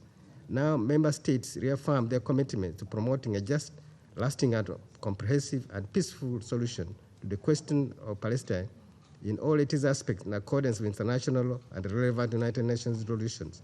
NAM reaffirms its support for the Palestinian people in their struggle to achieve justice and fulfill their inalienable rights and legitimate national aspirations, including to self-determination, freedom, and independence in their sovereign and independent state of Palestine, with East Jerusalem as its capital, and stand ready to cooperate with and support the Security Council for the fulfillment of its responsibilities in this regard. I thank you, Madam Chair. I thank the representative of Uganda for their statement. I now give the floor to the representative of Saudi Arabia. Thank you, Madam President. Ladies and gentlemen, at the outset, I would like to congratulate you for your efforts during the presidency of the Council. We also thank you for convening this session, which deserves the attention of the whole international community. I also thank Mr. Wensland, the UN Special Coordinator for the Middle East peace process, for his valuable briefing, and we value his efforts and constructive work in this regard. Madam President, 2 years into the Israeli war against the Gaza Strip, we are still witnessing an escalation in violence and killing, a deterioration of the humanitarian situation day after day. The occupation forces wouldn't have persisted in perpetrating these crimes if it weren't for the lack of accountability and the failure of the Council to shoulder its responsibilities. The failure to achieve progress in ending conflicts is deeply concerning. It raises legitimate questions about the failure of the global system to end aggression, as we have seen in Gaza. As we watch the suffering of civilians, particularly women and children, there is an urgent need to act immediately towards a ceasefire and the delivery of humanitarian assistance. The war waged by the occupation forces have led to unprecedented levels of humanitarian suffering for the people of Gaza. This war has included major crimes, immense destruction, deliberate killing, the systematic displacement, intentional starvation. The war wasn't limited to the Gaza Strip, it was expanded to include Lebanon. And here it is important to reaffirm the need to respect the sovereignty of Lebanon in line with the UN Charter and international law. Madam President, my country had cautioned against the ongoing Israeli aggression and of its repercussions on regional and international security. We called for putting an end to the Israeli aggression, which is obstructing peace. Since the onset of the crisis, my country called for an immediate ceasefire and for an unfettered delivery of humanitarian assistance, for the release of hostages and a serious commitment to lasting peace. The Kingdom reiterates a strong rejection and condemnation of all the heinous Israeli crimes committed against the brotherly Palestinian people. The recent crimes committed against the defenseless civilians in the Gaza Strip are yet another episode of the suffering of this brotherly people, a suffering that has been going for decades now. The wanton Israeli aggression since last year has claimed the lives of tens of thousands of civilians civilians, most of whom are women and children. It caused the injury and maiming of hundreds of thousands and the displacement of 2 million people from the Gaza Strip. Aware of the seriousness of the situation, the Kingdom has hosted the Joint Arab-Islamic Extraordinary Summit in Riyadh on the 11th of November 2023. The summit adopted resolutions calling for ending the bloodshed and for the delivery of assistance without obstructions, and called for answering the legitimate demands of the Palestinian people, including the establishment of their independent state. The Kingdom presided over the ministerial committee entrusted by the Arab Islamic Summit to visit several countries in order to call the international community to shoulder their responsibilities to end the Israeli aggression and protect civilians. In the context of our efforts towards the recognition of the independent Palestinian state, the Kingdom announced last month, along its partners in the Arab Islamic Ministerial Commission, the Kingdom of Norway and the EU, they announced the establishment of the Global Alliance for the Two-State Solution, out of our belief that granting the Palestinians the right to self-determination is the only way to achieve a lasting peace. Riyadh will also be hosting the first meeting of the Alliance tomorrow, Wednesday, the 30th of October. I seize here the opportunity to invite all the states to join this alliance. In the same vein, the Kingdom welcomed the adoption by the General Assembly of a resolution stipulating that the State of Palestine is fully qualified for a full membership at the United Nations. My country had also welcomed and commended the decision taken by the Kingdom of Norway, the Kingdom of Spain, the Republic of Ireland, the Republic of Slovenia, and the Republic of Armenia to recognize the State of Palestine. The Kingdom calls upon the other states to follow suit and bilaterally recognize the State of Palestine. Madam President, ladies and gentlemen, on the humanitarian level, the Kingdom has allocated more than $5 billion of assistance to the brotherly Palestinian people. We have recently provided a monthly financial support to our brothers in Palestine to address the humanitarian situation in the Gaza Strip and its surroundings. Since the onset of the current crisis in the Gaza Strip, the Kingdom, through the King Salman Humanitarian Aid and Relief Center, has provided relief assistance and humanitarian assistance amounting to $185 million. We have signed agreements with several humanitarian organizations to implement humanitarian projects amounting to more than $106 million. The Kingdom will continue supporting UNRWA to enable it to provide its relief services to our Palestinian brothers. The total support provided by the Kingdom to UNRWA exceeded $1 billion. In this context, my country strongly condemns the adoption by the Israeli Knesset of laws and legislations barring the activities of UNRWA in the occupied Palestinian territories. The Kingdom also welcomed the advisory opinion of the ICJ concerning the policies and practices of Israel in the occupied Palestinian territories and confirming the unlawful nature of the Israeli presence on the occupied Palestinian territories since 57 years. Madam President, in conclusion, my country will continue supporting the Palestinian right to self-determination and to establishing the Palestinian state along the borders of 1967 with East Jerusalem as its capital. We will continue supporting a just and comprehensive peace in line with the Arab Peace Initiative and according to relevant international resolutions. Thank you, Madam President. I thank the representative of Saudi Arabia for their statement. I now give the floor to the representative of Turkey. Thank you, Madam President. I echo my esteemed colleagues to urgently call for decisive action by the Security Council to end the war in Gaza. In Gaza, every rule is disregarded, every line is crossed. Israel is committing unprecedented war crimes and bringing our region closer to the brink of an all-out war, each day that passes without a ceasefire.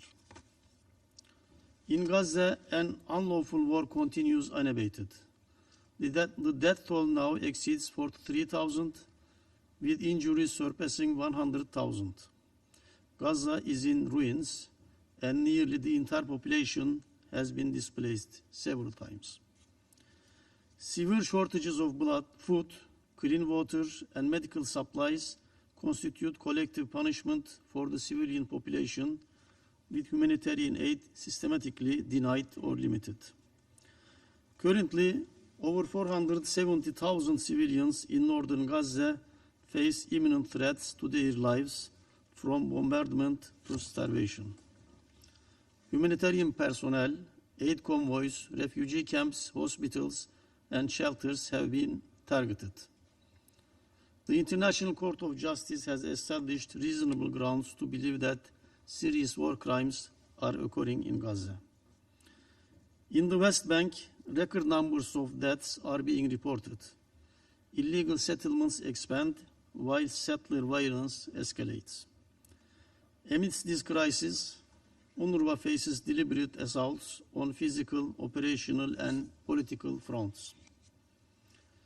We condemn adoption of legislation by the Knesset to prevent UNRWA from operating in the occupied Palestinian territories. These bills are targeting the agency and the Palestinian refugees by halting the life-saving services of UNRWA. Indeed, the main target is the refugee status of itself. This legislation is a clear violation of Israel's obligations under international law. We also condemn Israel's attacks on UNIFIL, which is mandated by this esteemed council. It is imperative that UNIFIL fulfill its mandate, especially given Israel's clear intention to spread the conflict across the region. Following its massacres in Gaza and the West Bank, Israel is now inflicting harm on Lebanese civilians. The brutal assaults in Gaza and Lebanon have dire implications also for Syria. In Iran, Israeli attacks mark a new phase in its efforts to drag the entire region into chaos.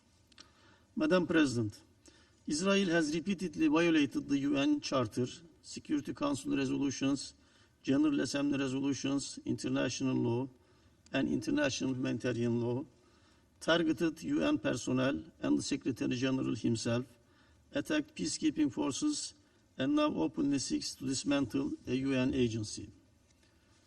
We urge the Security Council to use all the tools at its discretion to enforce an immediate ceasefire, unimpeded delivery of humanitarian aid, adherence to international law, and to ensure compliance. It is imperative that member states, and particularly this August Council, take all the necessary measures to bring an end to this dangerous trajectory without further delay. In this regard, Turkey, along with a core group of countries, has initiated a joint letter calling for a halt to arms transfer to Israel. We make this collective call for immediate steps to halt the provision of transfer of arms, ammunition, and related equipment to Israel in all cases where there are reasonable grounds to suspect they may be used in the occupied Palestinian territories, including East Jerusalem, as stipulated in the General Assembly Resolution ES-10/24 of 18 September 2024. This is essential to end Israel's illegal occupation, deter further violations against civilians in Gaza and the rest of the occupied Palestinian territory, as well as in Lebanon, and prevent further regional escalation. We urge all states to take a principled stance to remain on the rights of the history and join this collective initiative. The bloodshed has to stop now. Thank you, Madam President. I thank the representative of Turkey for their statement. Your Excellencies, ladies and gentlemen, dear colleagues, there is still a number of speakers remaining on my list for this meeting. I intend, with the concurrence of members of the Council, to suspend the meeting until tomorrow, Wednesday, in the afternoon. The meeting is suspended.